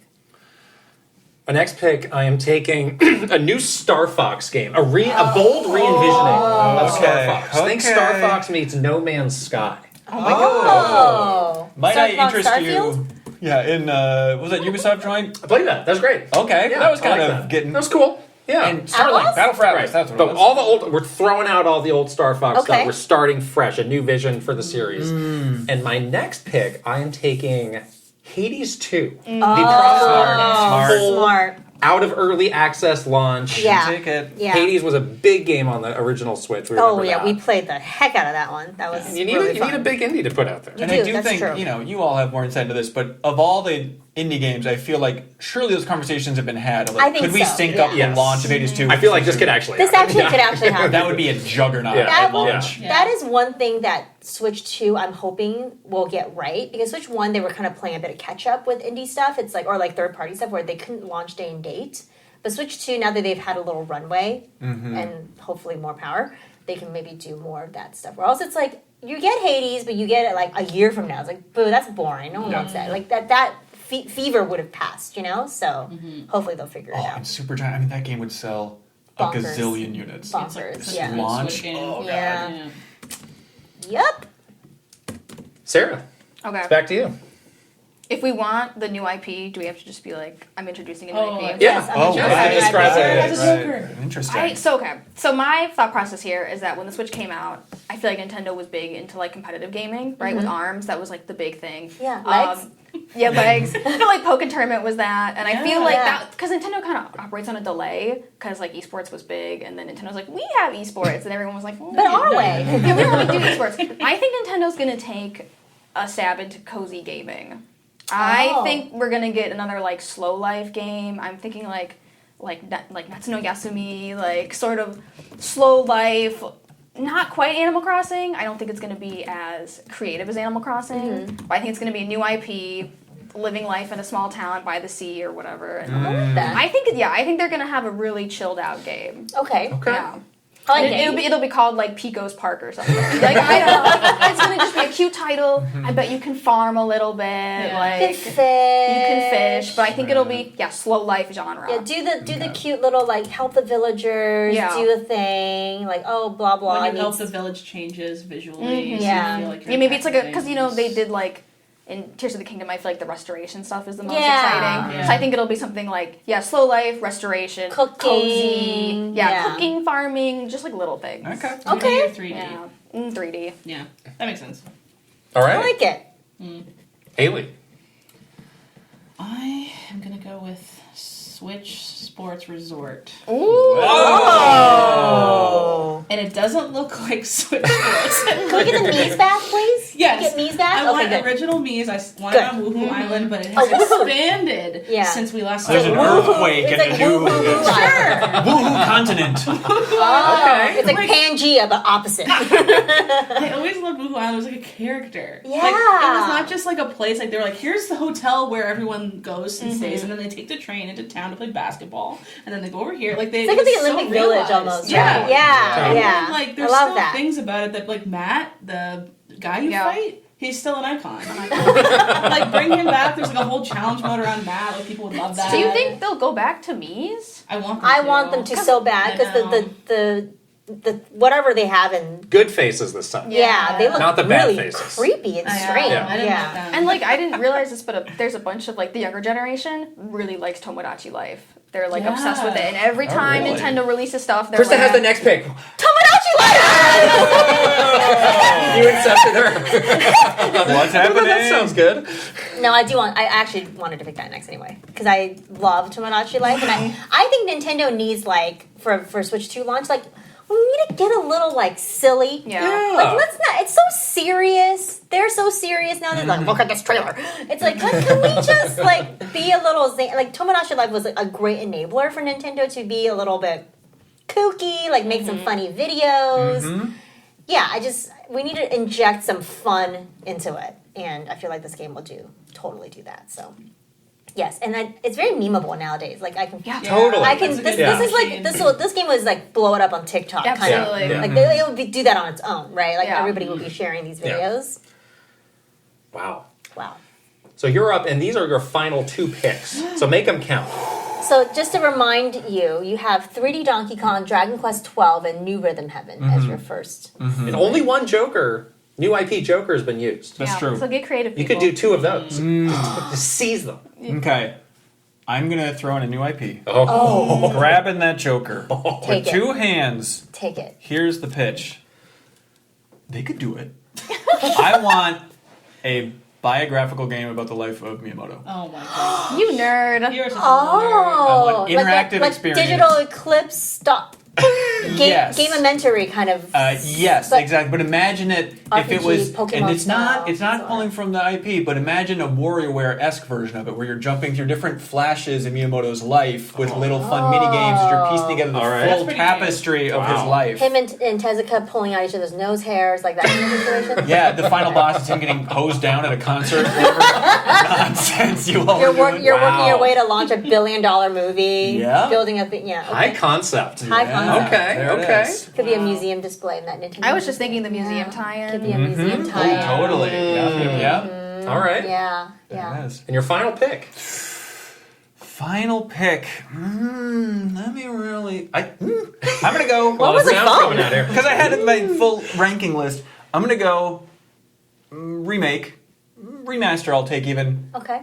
Kit Krysta Uprising. Oh, I was gonna pick that one. That's very a good one. That's a very good one. That's a Yep. good I one. had that on my list for That sure. is so primed. Yeah. Forgive us. With the mouse? Yep. With the mouse? We can With the also have back mouse. controls. We can put a mouse in it. Yes. You don't have to have like a claw hand. You Right. must get carpal tunnel from this game. This is like raise your hand if you would rather Sakurai make Kid Icarus than Smash Brothers. That's Well, you should be thrown out the window with that take. I'm sorry. I'm I think excited. he's raising his hand too. Yes. I know he's like, please don't make me forget this now. I really don't want to. It just feels like if they release that with like great controls at this point, I think it would have a whole new way. The multiplayer is great. The multiplayer is so good. Yep. Yeah, and then like the whole mythology angle, like it's in again because of Hades, so they'll fit really well with the whole like the vibe of the. Not in Ben's universe. Oh, why not? That game. It's Thanos snapped out. It does not exist as an option. Apparently. You're up. Your final pick, Krysta. My final pick. I'm gonna also seize the new IP. The final Joker. The final Joker. Off the table after this. What is it? The table. Ooh. So I would like them to make like some kind of Ring Fit game, but better. Exercise, like some sort of fitness game. Like I do think that there is something to it. Like I actually didn't really like Ring Fit very much. I thought that it didn't work. But I like the concept of it being like a more lifestyle product. Like yes, you can play some awesome, crunchy RPGs on this thing, but you can also use it for like other stuff. So yeah, like maybe do more like have a sleep tracker in there, have like a way for you to track your like daily activity, have it be, a gamified version of working out as well, but make it feel like more lifestyle. Okay. That makes sense because I feel like when they were like talking about the original Switch, they mentioned that it was going to be like more lifestyle focused. Yeah. And then it just never really manifested. It never manifested. Then it just became like so maybe they're like, okay, a this time traditional console. we figured it out. Okay. Yeah. That's it. Haley, your final pick. Wow. Final pick. Mario Party. Yeah. Old reliable. Old reliable. So what are we in Mario Party 10? 11, isn't it? 11? Yeah. Oh, wow. I mean, unless they name it Mario Party's Stinky Butt or something. Whatever they want to say. I love Mario Party. I'm choosing all the basic ones, but You I seem genuinely embarrassed about your love of this game. It's great. The latest Mario Party was so much fun. The mall level. The mall level. Oh my god! And Haley, play it. I mean, you have like cute little get-togethers with your friends with like Yeah. Mario-themed snacks as you play the new Mario Party together. You are that person on the Nintendo Instagram. I'm what's his name little from snacks. Stranger Things. But yeah, like.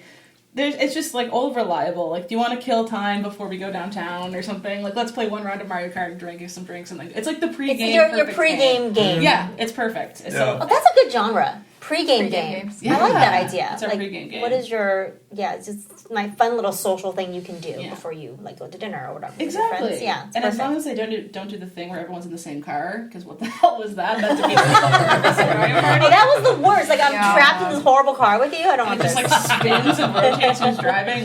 What are we doing? As long as it's something like that, then Yeah. that'll be fun. What do we like? Coupe-athlon. Yes, that's fun. Coupe-athlon. We never realized how to say it. Coupathon, It's Coupathon. really fun. You That's can try it a with your fun one, friends. It's like co-op-y kind of. It's fun. Is that the really. one that has like 25 people can play or something? Yes. Like that? Yes. We play it during our like community meetups. Yeah. It's fun It's for fun. the group. Yeah. Sarah, Okay.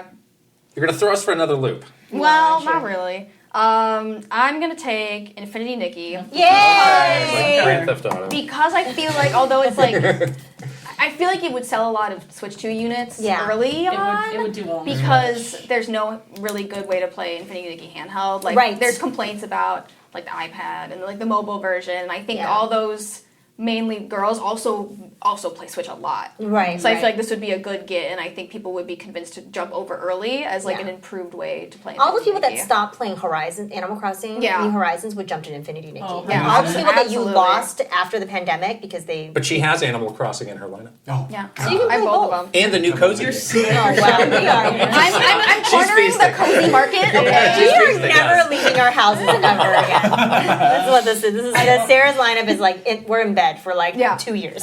But, okay. I'm gonna melt into my sheets. I almost picked Infinity Nikki so I could steal Nintendogs from you and try to You were- debate. You could do a trade.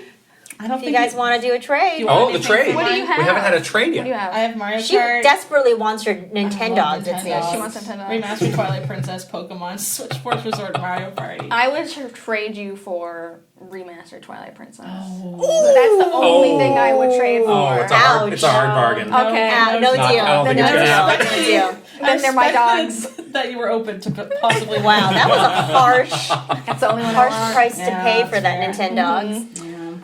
Wouldn't it be cool if the Twilight Princess dog was in Nintendo? Yeah. Oh my god. Oh, That's there what we they should go. do. Like Pre-order dogs now. Pre-order of- now. Dog. Launch edition. Pre-order now. Because what there's like Dogs of Pochi from Wolf like Link. the Yoshi Poochie. series. Oh, Dogs of Ochi. Nintendo. Dogs of Oh, now we're Nintendo. onto something. Poochie, Ochi, Now this is a good Dogs. idea. Dogs. Yeah. You can pet Wolf Link. Why not? Oh, the Yeah, ghost puppy dog Wolf from Luigi's Link. Mansion. Polterpup. Yeah. Yeah. There's a lot. There you got 6 dogs right Those there. dogs. That's a commercial. Wow. That's a commercial. We've just Wow. listen to us. We've figured it out for you. My last pick, the last pick in the whole draft. I'm surprised it's still there. I feel like I have to take it. I'll take GTA 6. Oh, wow. Probably really? running about 10 frames a second, but I thought I'm uninterested in playing Take this it. on a Nintendo I'm console. taking it. I am horrified. 3D Zelda still on the board. Just We got really Ocarina of Time. doesn't think. Okay. I don't think we think it's going to happen. Is what No. it is. Need Right? more time. We have Need like more time. all. We're we all realists realize here. that it's too soon. Yeah. Maybe Yeah. year 3 of Switch 2, we get Yeah. 3D Zelda. They're gonna need some but time. not year 1. I do think if it was a remaster of Breath of the Wild at launch, that would Sure. be. Oh, that, yeah. It wouldn't be the- Mario Kart 8 Deluxe level, Yeah. but it would be in that Right. ballpark, Yeah. I Like think, you if just make everyone it would buy look it. prettier. Maybe do a dual pack. Breath of the Wild, Tears of the Kingdom. Little generous. Wow. I mean, maybe you have to pay $100 for it. Oh, now we're talking. Now we're talking Nintendo. Are we It's a little, remastering Breath of little the Wild collector's already, though? edition. You don't think that would sell 30 million copies? It's too- If it was I like feel like it's way too soon. locked Would in? Would you play it again? On Switch 2, if it's a beautiful, like, Everyone would buy it. graphically, I think you would Couple buy extra it. things Brain, it in looks there. as good as Yeah. Tears of the Kingdom. Like Nope. in my brain, it looks the same. Right, not Is that that great. incorrect? No, if it was running at like 4K 60 in this hypothetical world, 4K 60. everyone would Wow. get Think it. about how much. Everyone would get it. Oh, wow. It's gonna be beautiful. Yeah. You would play it again. Come on, Haley. I would. Don't It's just lie to giving, yourself. Like Horizon Zero Dawn remake. I'm like, why? But also, That's okay, a year fine. old in my head. Yeah. Yeah. Yeah. Yeah. Let's run down Wow, the final everyone's lineups now that final we're done. lineups. Okay. Ben has 3D Donkey Kong, Thank Dragon you. Quest XII, New Rhythm Heaven, the biographical game about the life of Shigeru Miyamoto, and the Kid Icarus Uprising remake. Wow. Solid choices. Perfect. Amazing They stuff. don't need to release Snaps another to them. game. They're good. The rest of the life cycle they are is Switch good. 2. Krista has 3D Mario, Fire Emblem, Metaphor Refantasio, Tomodachi Life, and the new fitness game. All right. Yes. Haley I'm happy with that. has Mario Kart, Remastered Zelda Twilight Princess, Pokemon Gen 10, Switch Sports Resort, and Mario Party. All Okay. right. Solid. Sarah has Animal Crossing, Nintendogs, Mario Tennis, the new IP Cozy Game, and Infinity Nikki. Excellent. And I have Splatoon 4, Zelda Ocarina of Time Remake, Star Fox, Hades 2, and Grand Theft Auto 6. All Yours is right. the most diverse list. We have some differences. Yeah. in Yours, these I feel like lineups. yours really escalates when it hits Grand Theft Auto. I 6. know. Yeah, it's taken off. Yeah, it's really, yeah. I had no choice. We can't leave that on the Can't board. leave that on the Can't leave that on the board. Okay. Wow, this was fun. This was Yeah. so We- fun. We can't do this just the two of us. It's not fun. We It's were only waiting. fun with We were more waiting for you all to people. come Yeah. in to do this. Oh, that's Now we feel have like to. Now we have to check in with each other, like in 4 months, to see if we're right or wrong. Right. Yeah. Who's the most spot on? Yeah. Yeah, in a couple months, we'll see what the launch lineup looks like. I can't Yeah. wait for like 5 years after the Switch 2, and I'm like Mario Tennis. I know it. Still waiting. It's coming any day now. Let's move on and talk about some games we're playing. What games have you guys? Let's start with you guys. Today is the Assassin's Creed Shadows embargo lift. I don't know if any of you we can talk about that. Have you all been playing? We have Yeah. actually. Okay, Yeah. yeah, I'm very, very early. We Okay. are too. We We're only got it pretty late early. last week, so we're like, well, how many Okay. hours are you? Maybe. I'm like 8-9 hours myself. Yeah, like sub 10. Okay, Yeah. I'm talking like hour and a half, like still okay. kind of first That's fine. castle assassination Yeah. area Yeah. with Yeah. Aloy and stuff. I like the setting. Yes. I'm not a huge Assassin's Creed guy, so I feel like I'm not super experienced here. But I don't know, how are you all feeling about it?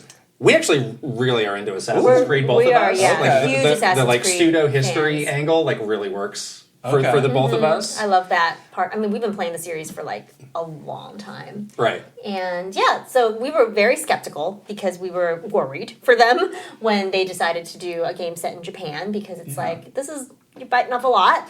And there's other games that this gets compared to, like Ghosts of Tsushima and all those other stuff that kind of came before this. But so far, it's pretty darn good. Like, I really like it so far. Yeah. Yeah, it's got a good hook in the opening Yes. with the characters, sets it up well. It's like the guy's journey. Forgive me, I forget his name. Yasuke? Yes, thank you. Like that, the way they set him up for like how he gets kind of introduced and stays in old Japan is like, okay, that's an interesting premise, and having the historical angle, I think is like, okay, I feel like I need to learn more about this real world guy. Have you seen the Shogun TV show? No, is he in it? No, but it's a very similar It's the setup. same historical era where like the Portuguese have come to Japan. There's like a lot of like tensions around like trade. They're introducing like new Western religion to Japan, so that is like the historical setting you're in for this game, and it's the same one for Shogun. So there is some overlap around like how these two groups of people are like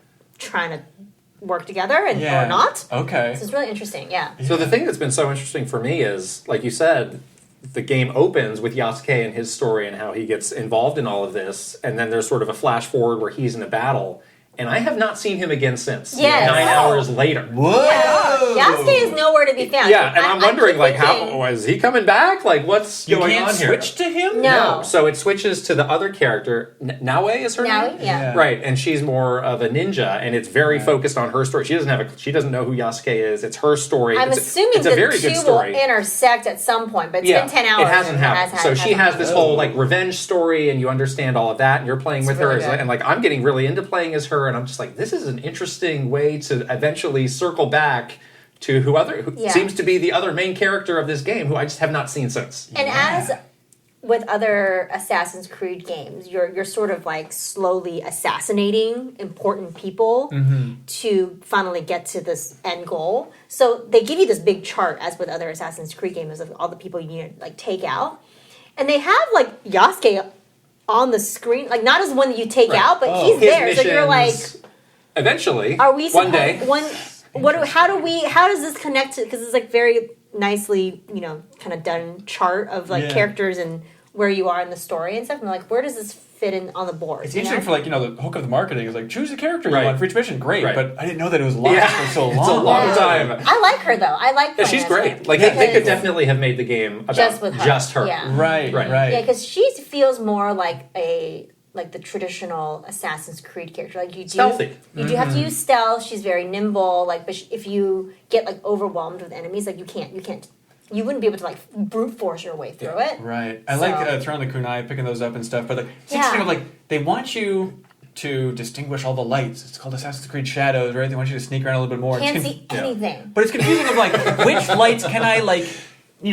Snuff out the candle with, and which ones can't I? Should I throw my kunai at all the lights? What's going on around here? Yeah, it's kind of hard to see though. Sometimes I'm like in the shadows. I'm like, where am I?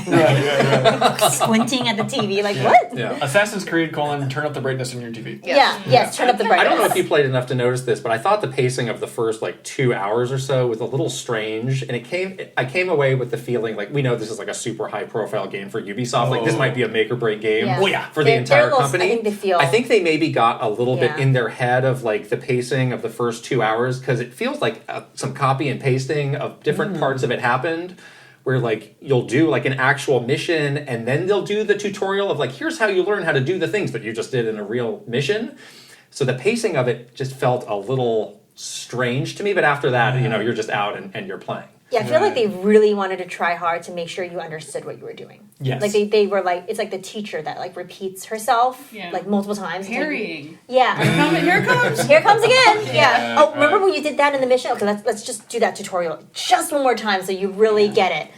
Because I feel like they're scared that you'll be frustrated somehow when they kind of let you loose or whatever, and then you'll stop playing. So it's it was interesting. The game looked. I mean, how do you think the game? I think the game looks amazing. Yeah, I'm excited to kind of get into the open world. I think that's the part I'm most intrigued by. Oh man, they're just showing off. Yeah, it's incredible. The world that they make this thing. Foliage, the trees, just the world. Like it's really something. You sink at Eagle Point, and you're like your eyes just like whoa, like it just it's so beautiful. I was like wandering around yesterday, just in the mountainside, and I came across this like field of wildflowers, and I'm like, how? And the wind is, It does have the Ghost of Tsushima thing where it's like assaulting your eyes with stuff, though. Like sometimes my eyes feel like tired after playing it, which is the same thing that. Or you mean just just flowers? Like particles, flowers, the light, the bokeh effects. It's like, Well, that's just what being in Japan's like. Allergies.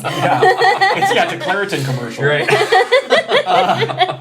No, I'm curious. I'm curious, to get to that zone. It's weird how this year is really the year of the ninjas. I mean, with like 3 Ninja Gaiden games technically, and then Ghost of Yotei, and then finally Assassin's Creed with this. Glad that they released Assassin's Creed earlier in the year because they had to go up against Ghost of Yotei. I think that would be pretty tough for them. Right. So, also, I heard a rumor that GTA 6 is a time travel story, and the 2 characters go back to medieval Japan.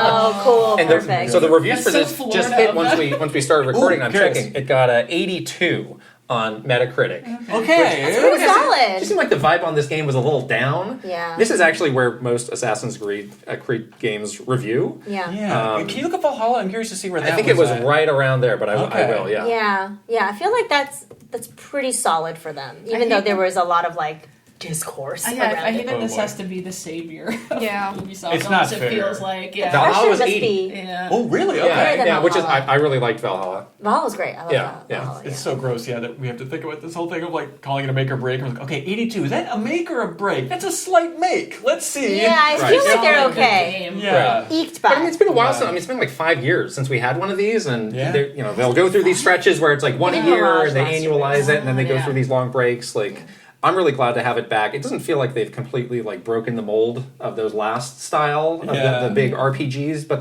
there are some things that take it back a little bit more to the classic. Yeah, it's the first kind of fully next gen Assassin's Creed. Yeah. Like that's Yeah. see. It's a lot of pressure for them, but I'm definitely hooked. Like I feel the need to I'm thinking about it, and I'm like, oh, I want to go back. So we have the big choice of playing this in Xenoblade Chronicles X. Another 100-hour game. Why not? Pile them up. Yeah. Choose. Yeah. What do we do? We don't know. Exactly. What other games do you guys have? I've been playing Star of Providence. Have you all? I've never even heard No, of that. what's that? Okay, so it's the next game from Big Mode, Donkey's publishing. Yeah. Yes. Yeah, so the kind of the follow-up to Animal Well on the publishing side, right? And it's an interesting journey where it was a game called Monolith that released on Steam, I think, in 2017. And then this is like a huge update, revamping of that game. They changed the name to Star of Providence, but it also launched on Switch, which is maybe it's relevant for your audience. But I really, really love it. It's run-based, roguelike game, but it's like a twin-stick shooter. So imagine like a Geometry Wars meets Binding of Isaac is kind of the easiest pitch for what's going on here. Like the aspect ratio is like full on like an old arcade game. Like Robotron is one of my favorite arcade games. So it's like, oh, I'm excited about any arcadey twin stick shooter like this. But just ton of content, ton of enemies, tons of bosses as you're working your way through this thing again and again, and unlocking power ups and new weapons as you go. But it's got a lot of style, and just if you like just the second to second gameplay of twin stick shooters, and you like that run-based game formula, like it seems really good so far. All right. Wow. Sarah watched me play it on the entire flight almost. Oh, is that what you're playing? Yeah, that was that old game I was playing. Yeah. Ben loves like twin stick shooters, and the more that I learn about him, the more he like game with few buttons. He like game with few buttons, like not a lot of like no buttons. menuing. Yeah. Rhythm, heaven, level complexity is what I'm looking for. But you were early on the mini shoot adventure. Yeah. I That's love one it. of his favorites. Great. Yeah, so cute. Yeah, absolutely. Yeah. Imagine the mini shoot adventures where you can't get lost in the map, and that's what Star of Providence is like. Oh, Right? interesting. Okay. Yeah. Wow. What about you, Sarah? I am still working through Monster Hunter. Oh yeah. Wow. Yes, I've been really, really enjoying the new Monster Hunter. Me too. Are you doing the story? You're still in the story I finished parts the of it? story, Okay. so now I'm kind of doing like the high rank hunts Yes, and that's stuff. what I'm doing too. Unlocking we should new monsters. friend up so we can like, together. Yeah. And I feel like the multiplayer is such a big upgrade since the original Monster Hunter Worlds. Like I like the link party system where you go in a quest. Once you figure it out, Yes. it's actually quite good. Yeah. It took me a while to like figure out how many different ways to do it. Like a lobby versus like yeah, an environmental thing. link. Yes. But I love when I get like a link party pop up and I'm like, oh, what are you doing? Like, and then you're like, I'm on my way. Like, hold on. Yeah. But yeah, the difficulty definitely ramps up in the high rank monsters. Yes. I'm definitely getting my butt kicked a lot more than normal. I like to play with my friends. I recently picked up Hunting Horn. Oh wow! You're like Sarah. buffing people. And Yes, stuff. Yeah. because I feel like they have the on-screen songs for you. Like you can see what your combos are gonna be. Yes, which is so Did helpful. that not used to be? they did not. Have It did not. combos. You had to know the combos. Yeah. They That's have the combos insane. for all the weapons now, but it's very. I think it's For especially the hunting horn, good for they just like hunting horn. plaster it on the screen. Yeah. They're like, you have this queued up. And this Yeah, Yes. and they'll say like you'll start doing a combo, and they'll say like if you do this one next, it'll be attack up. If Yeah. you do this one next, It'll be like defense up or Yeah, something defense like up. that, yeah. And then it's just such a I don't know. I love when my friends are fighting the monsters. And you could hear me in the background. It's just like, and I'm like, don't worry, guys, I'm helping. That's amazing. So you're hunting, or do you have a secondary weapon? Yes, heavy bow gun. How is that? Do you like that? I thought you Okay, switch. here's my like sicko mode. I play on PC with mouse and keyboard. Oh. Because I would play with controller, but when I'm trying to like aim heavy bowgun with controller, I'm like, this is ridiculous. We can't Yeah. do it. Because you can't really aim for the wounds Right, very easily. right. So I switched to mouse and keyboard, and it's not that bad. Okay. It's not that bad. It's like Counter-Strike. All right. Yeah, me versus these monsters. But yeah, heavy bowgun has. I normally don't do heavy bowgun. This is like my first time, so it's been fun. Just kind of like blasting away at monsters. Yeah, yeah. Yeah, we both have been burned by the insect glaive in the past. Oh yeah. And so this game, I went light bowgun. I'm like, what is just the easiest thing? Yeah. Yeah. What is the Miniature Adventures equivalent within this? Less buttons, right? Right. Yes, that's what I need. Yeah. So you're still using Lance. Lance. Yes. I'm still doing dual blades. Dual blades is easy too. I love dual We blades. got a pretty good team here. You can just like Between button us, yeah. mash with dual blades, honestly. Well, and you look so cool. You look so cool when you do the thing. Your attack yeah. on Titan. tired of hearing about that move. I don't care. I'm tired of hearing No about one cares that. about what you think. I'm tired of It's that. so looks cool. Show offy. It Like doesn't you're do like, anything. oh, here they go again. Cool. All right. Yeah, that's. I mean, it's a very flashy weapon, but sometimes you're doing like you're slashing so many times it's like 10. But it looks awesome. But it looks great. Yes. Yeah, I've been working my way through it. I've been trying to play both Assassin's Creed and Monster Hunter right now, so it's a little much. And soon but- Xenoblade. And soon, I guess, apparently Perfect. soon Xenoblade. And yeah, I hope that I can keep my hunter rank to the par of everyone else that's playing, because I feel like people They're have zooming ranked past up us. so fast. Kelsey's Yeah, like Kelsey is like level What? 80, 90. Like She's she's a god at going. this Yeah. point. Yeah. Yeah, I'm only level 27, and I feel like Same. I've been trying really hard to keep up too. Yeah, they're like, oh, don't worry. Like once you unlock like the higher rank stuff, the points just start rolling in, and I'm like, hey, don't lie to me. yeah, I know. Why? I don't feel like it's happened to me yet. Yeah. And I'm still doing some of those. Like I kind of thought the story parts of it would be over when the credits rolled, but I guess not, because there's No. still like missions that you have to do. Yeah. Some of them in between are like just get your hunter rank up, but there's still like you still kind of get like locked into some of these missions. So I'm like, Yeah. that's an interesting. Yeah, choice. true. Like whenever you when you go from like to 20 or to 30, they'll make you do kind of like more of like a story mission. Yeah, That'll yeah. unlock a new monster, Yeah, now we're doing like the frenzied monsters. frenzied monsters. Yeah, I guess they're gonna add some other stuff too. Yeah, this, I'm this is one excited. of those games that they support constantly. So Yeah, I'm excited to see like. I never really stuck around for Monster Hunter World because we got it on PC and we weren't really in like the life cycle of it. So I'm excited to finally see like what it's like when they introduce a new monster, or, like a new event, how that all works. Yeah, totally. It's always free too. Like that, they're so great about that, right? Yeah, yeah. Everything. How do they keep up free content for years? A lot of people have bought it. So How come they're not like Fortnite? any other games anyone is playing? Haley? I'm playing Kingdom Come Deliverance, the first one. Oh Oh, wow! that's the hardcore route. I'm yeah. almost done. I think I'm in the last like 10 hours. Of Oh that video. I'm getting wow! close to the What end. made you want to do that? I love the Middle Ages. Okay, I'm okay. such a Middle Age fiend. Yeah. I wrote my thesis on the Middle Ages actually. Oh, that's at cool. university. Yeah. Yeah. Yeah. I just love that era. It's so funny. I don't Yeah. know. Something about that era. Interesting and like weird and yes. Yeah, and that game does, like, listening to Jeffem and Leo kind of want to bounce off. It's like, it's so hard at the start, Yeah. but then everyone always says, like, once you're strong, it's so fun. And it's true. Once you're strong, it's so What fun. kind of game is this? I wouldn't say I know that much about this series. It has me thinking about, like, when does an RPG become, like, a sim? Because everyone's like, it's a middle-aged sim. Wow. And it is, because you're a pet, you're just a dude. You're just this guy named Henry, and you're so poor at the start. You're just like, Father, can I have money for some mead? Or, like, whatever. And then everyone dies, and then you, like, get shoved into this world where you have to become a knight. And you're literally seeing one person come up to you with a sword. You're like, like, it's genuinely Right, terrifying. Right. And I don't love the fighting mechanics. It's very clunky. Yeah. Like, you train with this guy and you learn a little bit, but it's still so hard. And it's like, it took 15 hours to get a horse, so I was like walking from town to town. And Oh it takes, my gosh. Half an hour to get to the next Just like town. they did back in the day. Just like they did back in the day. It's like your feet hurt and you like get drunk stinky. and then they're saying, you get thrown in prison if anyone catches you stealing an apple and you're so poor at the start. Wow, this is like some hardcore stuff. Yeah, like you're straight up a peasant. You're just walking around. And then Every gamer's fantasy. fantasy. But if you buy into it and like the systems are fun, it really is fun to like kind of lose yourself. Yeah. And I will say I modded in saves because normally you have to drink a drink to save. And Schnapps specifically your is how you schnapps. say. Oh, your And schnapps. I get what they're doing with it. They don't want you to be able to save whenever you want, so things are harder. You can feel more peasanty. But I want to be a little bastard thief, like sneaking into people's lives and stealing stuff. And I just needed to be able to save, so I did mod that in, and it made me that's so enjoy it like 10 times more. Have you Wow. played the chivalry games? No, Those are really, that's like purely like multiplayer battle oriented, but it's the same kind of like medieval folk and very like slow. It's like that's what it was. I'm like, I got an 8-foot sword here. Like, Yeah. That's something I've recently, this is like an aside that I've seen on my TikTok recently, is medieval MMA, where it's like there are people in an MMA ring, but they're in a full suit of armor with swords and stuff. And it's like, how do you win this? Welcome to Guy's TikTok feed. I was like, I'm not on. Like, We have different algorithms. It's a little different. Medieval MMA. Interesting. Yeah. Okay.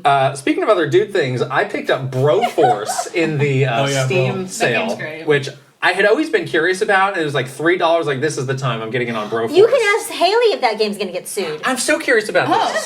So I would describe this as Contra meets Hotline Miami meets that terrible Team America movie from the early 2000s. Terrible. That's not a bad movie. But, well, we should watch it again. All the characters are based on like 80s action like movie Stallone characters, and whatever. Yeah. but they're very like Rambo, and it literally looks like Stallone. I was like, how are they not getting sued for this? Yeah. Because That's what I said. There's like 30 of these. They got like Schwarzenegger, RoboCop, Wesley Snipes. Like they got everybody here. Yeah. You just got to make sure Parody. someone's laughing while playing it. If no one laughs, then no one It's not even counts. necessary laughter. It's just like, is it commentating on something? Is there Okay. some kind of extra layer? And I guess it would be like the gratuitous violence of those games. Or Yeah. something would be the commentary How / interesting. silliness. Yeah. And so as long as you have that, as long as you're paired, like The Simpsons does it a lot, right? When they Yeah. have, Yeah, like, yeah. Or like, That definitely got a lot of winks and nods going on here. So I guess that That is the thing, clears yeah. it. But it's actually a really fun game to play. Like at first you think, oh, it's 2D side scrolls. It's like Contra, but it's much more like strategic. Like the levels are smaller. You have to rescue all the hostages and get out. All the characters like play a little bit differently. So there's some fun of like picking like, oh, now I'm RoboCop and I can do this versus Chuck Norris who's doing this. Yeah. It's just like, it's pretty cool. I like it. Isn't Shuhei Yoshida in the PlayStation version? I think he is. I think he's a character. Yeah. he's been like making the rounds I as the think voice he actor is. now, huh? Because he's in that other game too. Bro. Yeah. Yeah. But it's a parody of Shuhei, so it's all good.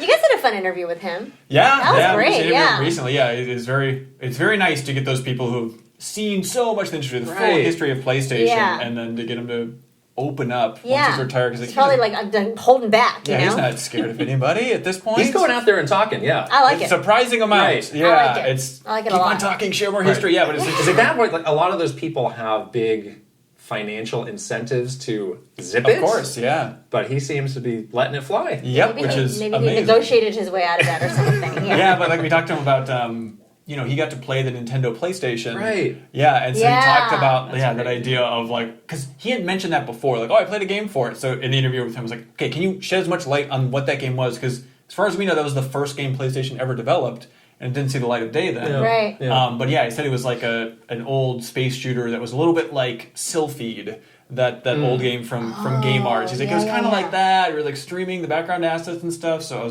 I was proud to at least get like some new details on the first Yeah. Nintendo PlayStation game. So But, cool. Yeah, that's I love great. that he's out there. It's great. For sure. Any other games to talk about? No? No. Let's move on to the news Constantly playing then. Infinity Infinity Infinity, games. obviously. There was some breaking news this morning. Oh yeah, I saw. this. So Pikachu. Pokemon Legos. Oh, here we go. Yeah. Boy. No. That is like, how did that not happen? No, yet? I only say this because like You're gonna buy it? no, when I was working at Mattel, right? Oh. What's like I forgot the name of it, but the not Lego Legos. Mega Bloks. Mega Mega Bloks. Oh, Bloks. right. And like Mattel, I think has some ownership over Mega Bloks. And I remember being in the Mattel store and being like, they're like, this is our big hit, is Pokemon. all we have is Pokemon. This is all we have over Lego is the fact that we have Pokemon for our like building blocks. Well, there you go. That now it's contract gone. must have expired. Exclusivity It's gonna be period Barbie is no longer. losing the Disney license all over again. Oh. Yeah, they lost that to Hasbro. It's back now, but it was. They still talked in the office. They were like, it'll never Traumatized be as bad as when we lost Disney to Hasbro. Oh, jeez. I didn't realize that was a Mattel thing, though. That's cool. Yeah. That's their Wii U era. Well, you get like the doll license. What's everybody's favorite Pokemon? We can go around. Tangela or Haunter? Yeah, Oh. no, that was my face too when he says Tangela. What is wrong with? Why am I being judged? No, That's just not what I expected. Not what I expected. I'm not even like the other day. I saw somebody walking around like a Gengar shirt. And I'm like, really? Is Gengar's It edgy? was very Cooler? popular. Edgy, yeah. I saw someone say that like Gengar is just boy Eevee.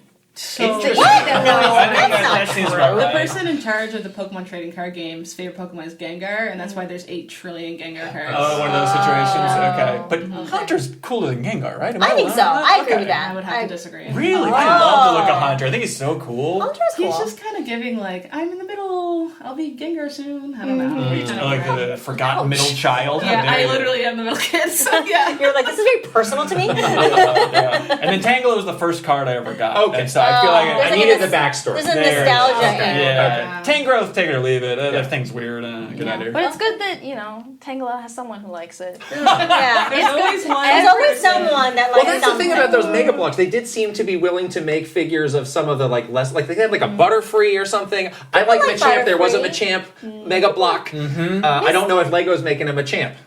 I can see it. I Okay, can so see start it. with Pikachu, just like a big model of Pikachu. Right. And then Yeah, probably obviously. Eevee. A Pokeball, Okay. Yeah. whatever. They got maybe original starters, Yeah. Ooh. Bulbasaur. Yeah. Sure. like- Okay, what yeah, about this? Squirtle. What about like Charmander, like Pokemon that. Center?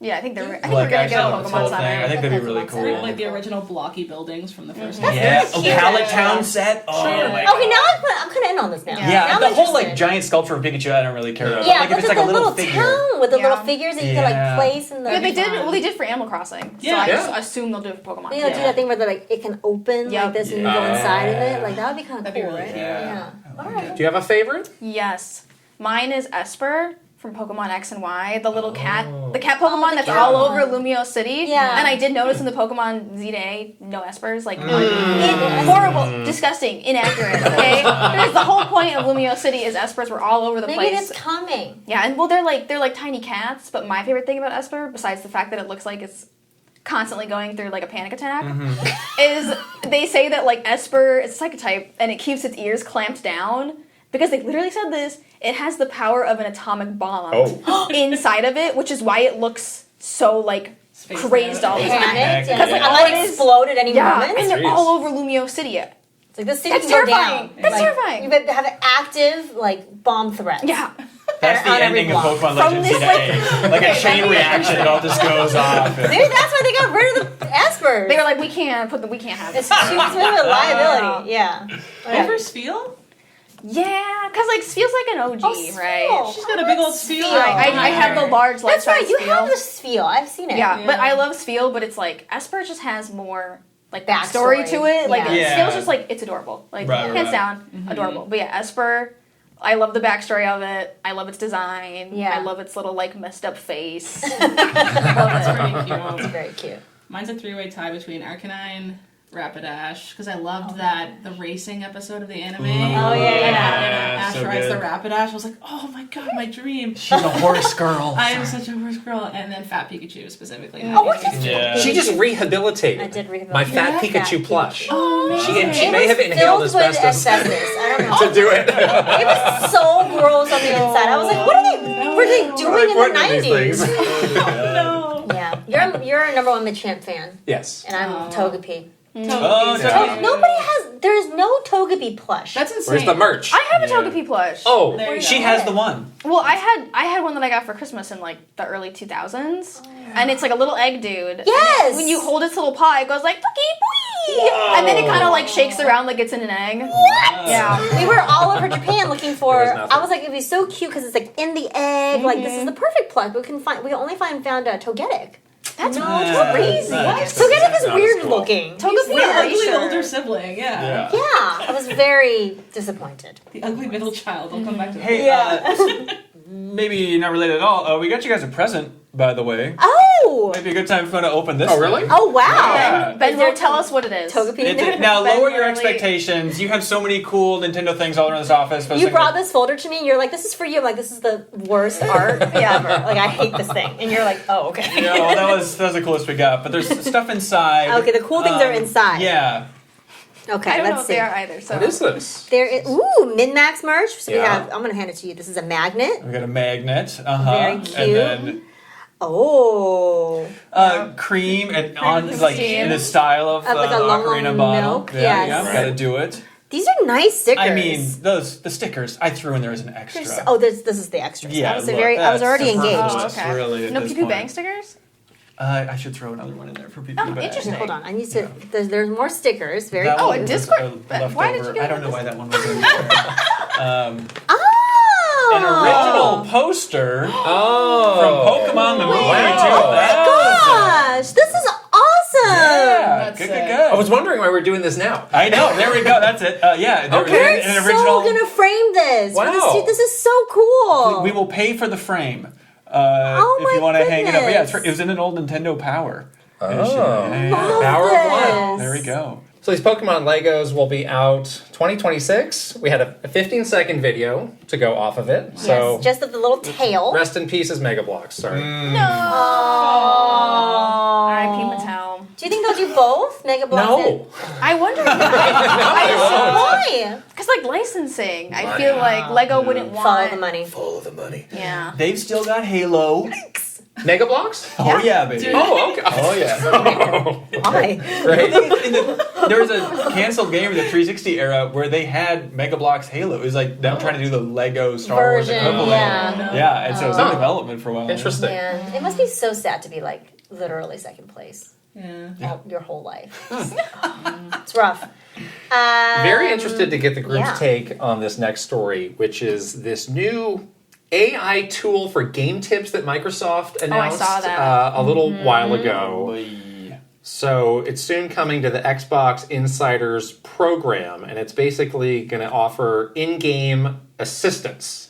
So It's like, I'm low-key happy about this. some of the examples they were saying, like something would pop up telling you how to craft things in Minecraft or giving you advice on characters to pick in a game like Overwatch. They've talked about how something like this needs to be really seamless. They also had kind of an interesting insight of gaming's the only form of entertainment where you can get stuck. Mm-hmm. And that seems to be just like a huge concern for all these big companies. Like, don't have any friction to people getting through these experiences. And we've talked a lot about how it's become very transparent that the big corporate mandate at Yes. Microsoft is push AI, and Right. I think Xbox is looking for ways to put this in places that is not going to make everybody mad, but Yeah. it's a very fine line. And because it's just the big question of I wonder where they're pulling all this data from. It's Yeah. just strip And- mining game facts. after you're using it for a while, it's like they're data mining you as the Right, user. right. That's To the, feed to somebody to else. feed the other parts of the algorithm, right? Yeah. Or the language models they use to train the AI. I mean, it's gross. It's a little. The concept of it, like now, I if we get stuck, I'll look up a YouTube video or whatever, or look up a game guide That or whatever. process is no fun. Just That trying to scrub process through can where Right. scrub am I? it. Exactly. That is a cumbersome process, and you do have to be committed to the idea of I have to get through this game. Like I'm not giving up, no matter how stuck I am, and I'm gonna go this extra mile to go completely off the platform to find the solution. But something about this still feels icky to me. I feel like it's just one more thing to turn off with any Yeah. kind of Xbox Yeah. overlay. You're do not talk to me, do not tell me Yeah. what to do. yeah. Like, The I- example they had, it was your game goes into a picture-in-picture, and Yeah. there was this big overlay with all this stuff, and I was like, That'll I take don't you know. out of the I experience, don't right? know how this. Yeah. I mean, they're obviously still testing it out, Yeah. but that didn't look like the greatest. So do you experience. ask for help? Or are you hello? That's another question. Because is it Yeah. seeing Yeah. you're lost and it's no, I'm just Right. exploring. Yeah. I'm exploring. Oh my yeah, God. Right. Oh. I feel I would rather they took this technology and apply it to voice chats and competitive gaming, right? I want the AI to be hey, it sounds like you're saying some not nice words. Yeah. Muted. Maybe I would yours rather be they quiet. took Yeah. this and used it to Moderation. moderate community, Yeah. oh, you're saying mean things, but like when people get really frustrated, I feel like the AI should be able to tell when people start spiraling in competitive games. They can like mom you. Yeah, and just be like, hey, like I need this AI to teach gamers how to emotionally regulate themselves. Like it's not that I don't know if anyone can teach anyone to do that. It's not that they're getting stuck. It's like I just wish they would, I don't know, use it as more of a force for like good. Yeah. I wonder if it's something developers can opt out of. Like, hey, this can't be pronged up when you have my... Because, like, think like Lorelei and the Laser Eyes goes out of its way to, like, that you can't Google the answer. Yeah, because you're they, supposed to be, like, taking notes and, Yeah, they, like, change everything. They change the order of things so that you can't say, what's number 3's answer? Your number 3 could be someone's number 20, so you can't figure it out. Oh, that's so cool. Yeah, so, like, they would hate that because I'd just be like, what is puzzle answer? And Xbox is like, 2. And, like, Thanks, Xbox. that kind of defeats the, like, don't play that game if you're going to do that. Yeah. You know what I mean? Right. Like, they would want to turn that off, I feel for like. certain games, like a Professor Layton game. Like, why would you want someone to just give you the answers? It's the whole point of the game. But I can see it for, like, big exploration games or games where you're like, okay, this puzzle solution or this dungeon solution is not obvious to me. Like, I'm somebody who gets stuck a lot in puzzles in games. Right there with you. Yep. I'll be the lone person to say, like, I don't hate the concept of this, depending on how it's executed. Yeah, there was a better version of this back at the pitch for Stadia at GDC so many years ago when they debuted Stadia, and it was something I was kind of excited about. Yeah, exactly. But I was excited about the idea of the, like, okay, since we're just doing this stream thing, if you get stuck, we know where you are, and we can pop up a YouTube walkthrough. Oh, yeah. That's like in the exact spot where you are. It's like that. Actually, I would And use then you'd that. support like the creators that are like making content about your game to encourage them to make more content. Right, but because they're on YouTube as well, it's like it would pop up like, okay, hey, this is where you need to go in Super Metroid, yada yada. It's like, that would be cooler than scrubbing through to try to find the exact spot. I mean, it is a problem. People like remember the super guide from New Super Mario Brothers, where it's like, oh, looks like you've died a lot here. Like, let us show you how to do it, or do you just want to become the flying, I didn't like that. Raccoon Luigi? I felt talked down to. It just feels like we're still like trying to find the right don't you avenue think? for this. It's like I learned to play these games at a longer pace than other people. Like I'm not good at platforming games, so it's going to take me like 30 tries versus somebody else's 10 tries. But you're not making me feel bad about the 30 tries. Yeah. And isn't like figuring it out the point of video games? Yeah. Like at least there should be a little friction. This to me just feels like a shareholders, help us shareholders. Right. Like we've got we're gonna integrate AI into stuff. Yeah. It's like it just feels like it's trying to it insists upon itself. You know? It's trying to like legitimize itself. Yeah, I mean, we've seen that ourselves, like where it's like, all right, the heads of the company are coming up with the corporate priorities, and I'm sure that was like drive breakthrough acceleration and adoption of artificial intelligence, blah blah blah. And that goes to Phil Spencer. He's like, oh, what are we going to do with this? Right. It's game preservation, obviously. And then he's going to be in some meeting with the higher ups, like, Phil, what have you done? What are you doing? Yeah, what are your like 10 strategies to do this? World eyes, Yeah. We're all going to an Xbox event after this. Yay! Thrilled about it. They can steal our data. What do you need? Last thing. A new Silent Hill game. We've gotten a first look at that. Silent Hill F. Is it how you say it? Just F? It's a lowercase f. Is there some special pronunciation of this that I don't know? It's like a fancy F too. It's like a cursive. It's like the F on a violin from Shrek. Yeah. The Farquaad L. There we go. That's what they were going for. Yeah. That's very scary. The Shrek Silent Hill crossover. Yes. You say all of us have watched this trailer. I have not watched this trailer because Why? I'm too scared. Oh, a trailer? I mean, it's pretty know. standard Is it stuff. Get Yeah. the Xbox AI to explain it to you. There's nothing in the shadows. You're safe. Yeah. There was all these people coming out, like all these people that love horror, that love like they're like scare me as much as possible. Like I was scared by this. Yeah. I was like, oh, then I can't play this They're a game. little bit of sickos, the ones that are like, The sickos, make me scared. Yeah. I don't trust them. But so it seems like their messaging was, we feel like Silent Hill has kind of gotten away from the core Japanese inspirations and the feeling of the developers coming through. So that's why we're setting this new one. Not in America, but we're going to all Japan. 60s Japan. It looks very Fatal Frame. Like when I saw the trailer, I was like, this is literally just Fatal Frame. Awesome. Is it internal Konami? I forget. I feel like when they first revealed it, was it last year and a half ago or whatever, I think they probably said, but I forget who it was. Well, the thing that you have here says the production is being led by Konami Silent Hill 2 remake producer Motai Okumoto. Right. Okay. So, yes? Him and who else? I mean, I'm just so curious of like the state of Konami in games right now because they seem to be pushing Silent Hill a lot, and they've got this Metal Gear. They're kind of picking their shots with that, and then it's like, what else? They have some interesting games over the last couple of years they released, like Super Crazy Rhythm Castle. Yeah, that was It's fun. like a co-op rhythm game that it's surprisingly good. And I feel like it's easy to be like, oh, Konami, they have their casinos, waka waka. But if you look at, like, they are publishing games that are solid. It's just no one's They talking have some like about them. cutesy octopus game that I've seen them promoting. I was like, I don't really know what this is, was but the PlayStation could thing? It be was somewhere recently. Inside Out, but it's octopus. Yes. Right. Inside. Inside Out's the movie. Hang on, I'm gonna write that down. Inside Octopus. Inside Octopus. Put that down. Yeah. So it's like they're trying in smaller ways, and I'm a big Metal Gear fan. I'm curious to see how Delta. 3 is received. We went to Tokyo Game Show last year, and we went to the 8-4 party, which is like the who's who of Japan games and Japanese games. And there were all these ex-Konami people, and some of which I knew because I used to work at Konami, and it just bummed me out. It was like, look at all the talent that Konami used to have that they have just spread to the wind, and now they're... I don't really know what the plan is. Yeah. Where's our new Sunset Riders? Is it that hard to make a new Sunset Riders? Yeah. I worked on some Frogger games.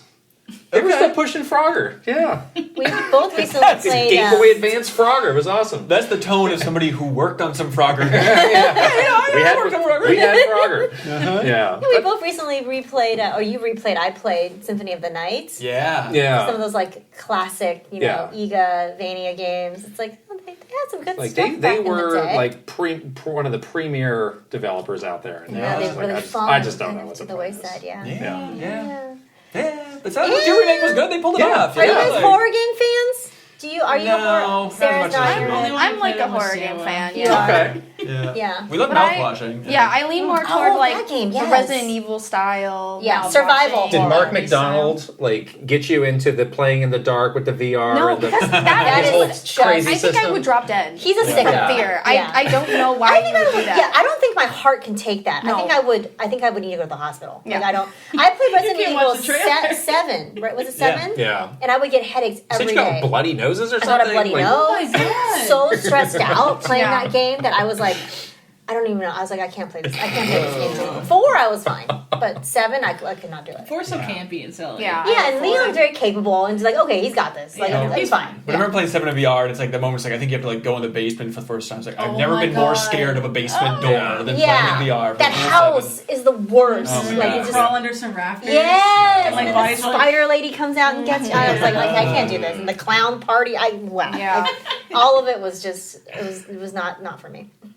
Anything else happened in the world of the news that you want to talk about? We've been busy at GDC. You I gotta tell know. us what's going on. You're staying This on is top it. of Blue Yeah. Sky. This What's is it. happening? Pokemon Lego, that's it. That's it. Well, That was the breaking news this morning. Was they're gonna make Pokemon so Lego. much money from that. Oh my god. Can they put some of that money into making these games better, No. please? No? Okay. Don't Make that sound effect you made before. Yeah, Haley's gonna explode. Yeah, exactly. Except all the comments were, Haley's right about Pokemon. Yeah, It's she was thank losing you. her mind. It's like you talked about it as well, but like visiting Game Freak a couple times when I was at Game Informer, and is like asking them about the team structure and stuff, and that was definitely Masuda over there was the guy at the time who was saying like, hey, we just really like having smaller teams. It's easier to communicate, but it just does not make sense when you see the amount of money pouring into the Pokemon company, and then it's like, but Game Freak is an independent developer, and they like their structures this way, and just those two don't work well together. It's not meshing quite right. Right. Now you got to go from handheld to console. We talked about that. Like, that's tough for them. They never survived the jump to 3D, I don't think. No. Even like they were like They just didn't have the experience going into it or the team structure, to support it. So,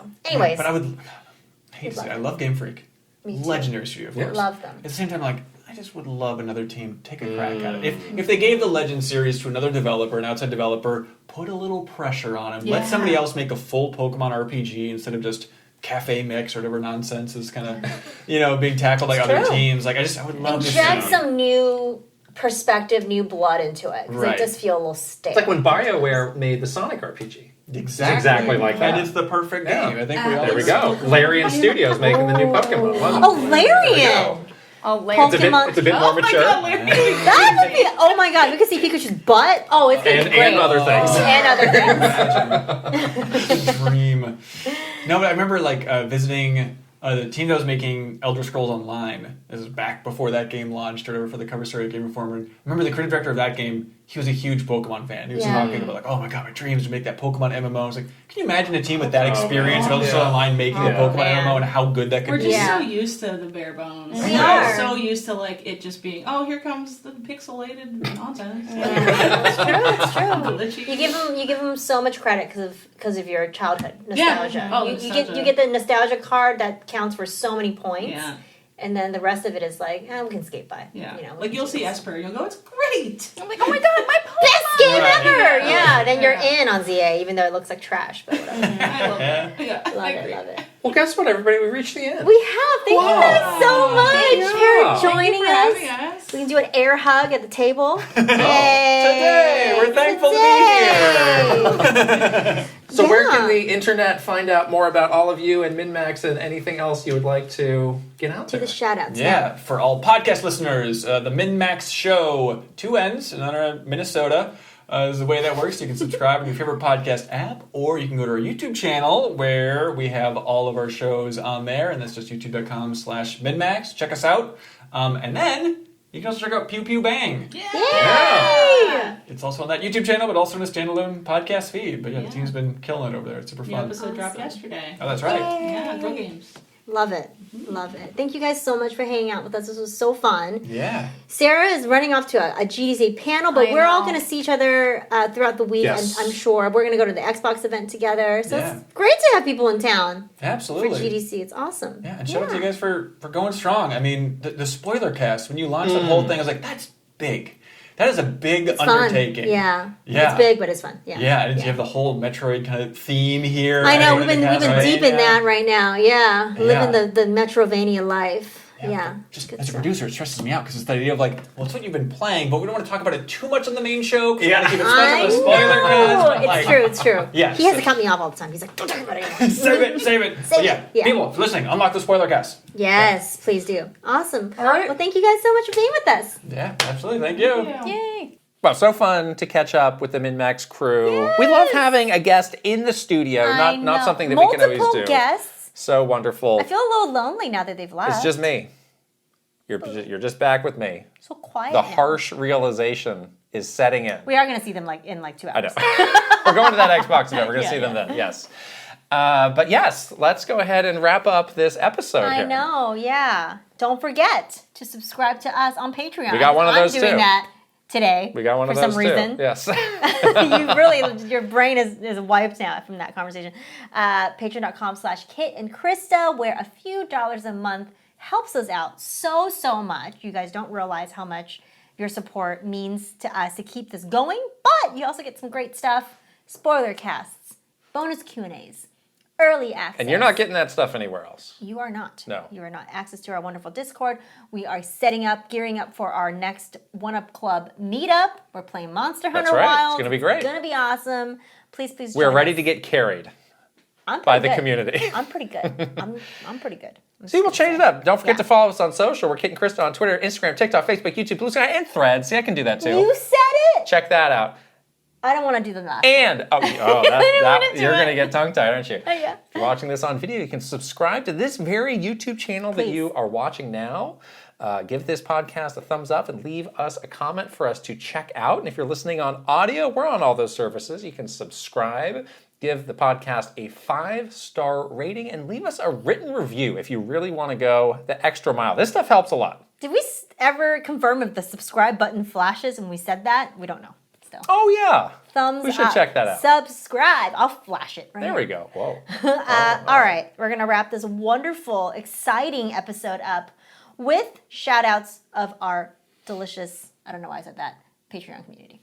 Starting with Aaron Interesting. Aaron Hash. Hash. He's very He was delicious. basically the 6th member of this podcast, just Yeah. looking out across the table Peering at to us. all of the madness. So shout out to Aaron That's Hash. right. Shout Yes. out to Aaron Hash. Superstars. Here we go. Ben Eichhorn, Mara Mayhem, Eigen Verse, Kiss My Flapjack, Mike Chin, Right Eshke, switching it up, _ VGM Life, Link, the hero of winds, Angela Bycroft, Thomas O'Rourke, Kyle LaBeouf, Roberto Nieves, Frederick Ulf Conradson, Andrew Uhas, Chili, Simon, Krashuri, Master Discord, Ash, Ajay Kunlas, Gig. Travis Torling. Echo Ladare. That's So Linnell. And MSM Poke Gamer. Woohoo! Wonderful to have our newest superstar member, MSM Yes. Poke Gamer.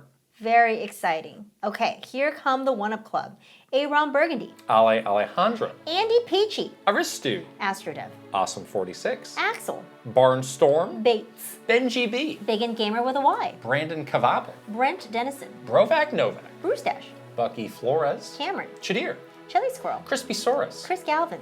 Christopher Lay. Cosmic Titan 718. Captain Alex. C Roper 17. Dogda Leo. Dallas E. Daniel Phillips. Dachshund. Devi P. Doinko. Dre. Dude Dad Life Trilix. Eccentric Tony. Elite Peach. Espar's 50. Furbound. Fernie and Jess Forever. Fox Deploy. Funky Han. Gamers Like Anime. Garth the Wolf. Gartooth. Gin Wolf. Guilty Phoenix 42. Handheld Gamer. Happy Sloth. I may have made a mistake. Iris Marin. Jay Rando. Jack Hoving. Jameson Eisenberg. Joe Encarnacion. Jonathan Rowe. Jordan Hemmerly. Joshua Clements. Juji Fruit. Justin Lemminger. Jay Wolf. Callan CPU 57. Kawa 2796. Keith Kwan. Kevin Delane. Kilo Kiba. Krista Roddy Kid. Christopia Party With Me. Kyle Gamerberry Rookie. Kyle 325. Kyle Kretzer. Kyle R. Smith. Lazy Cat for Coffee. Leviahu. Lex. Lightwood. Link 9898. Lil Mikey. Linko. Light Latte. Lit. Lucas Pico. Luigi 53. Luna B. Lynn. Macho Potato. Mad Dog 5981. Magnificent Easy G and Callie Marie. Mario Man 392. Mark S. Marky Man 64. Maverick Nate. Mecha Dragon 101. Megan. May Plus Leon. Michael Mazer. Michael Wong. Mikey. Mr. Ryan 07. Motomania. Mr. Andy Pond. Mr. Beans and Dip. My Tran. Namie. Nacer. Naif E. Ninja 11. Noah San. Pangy. Patrice Millette. Paul. Paul Gale Network. Poke Digifan 20.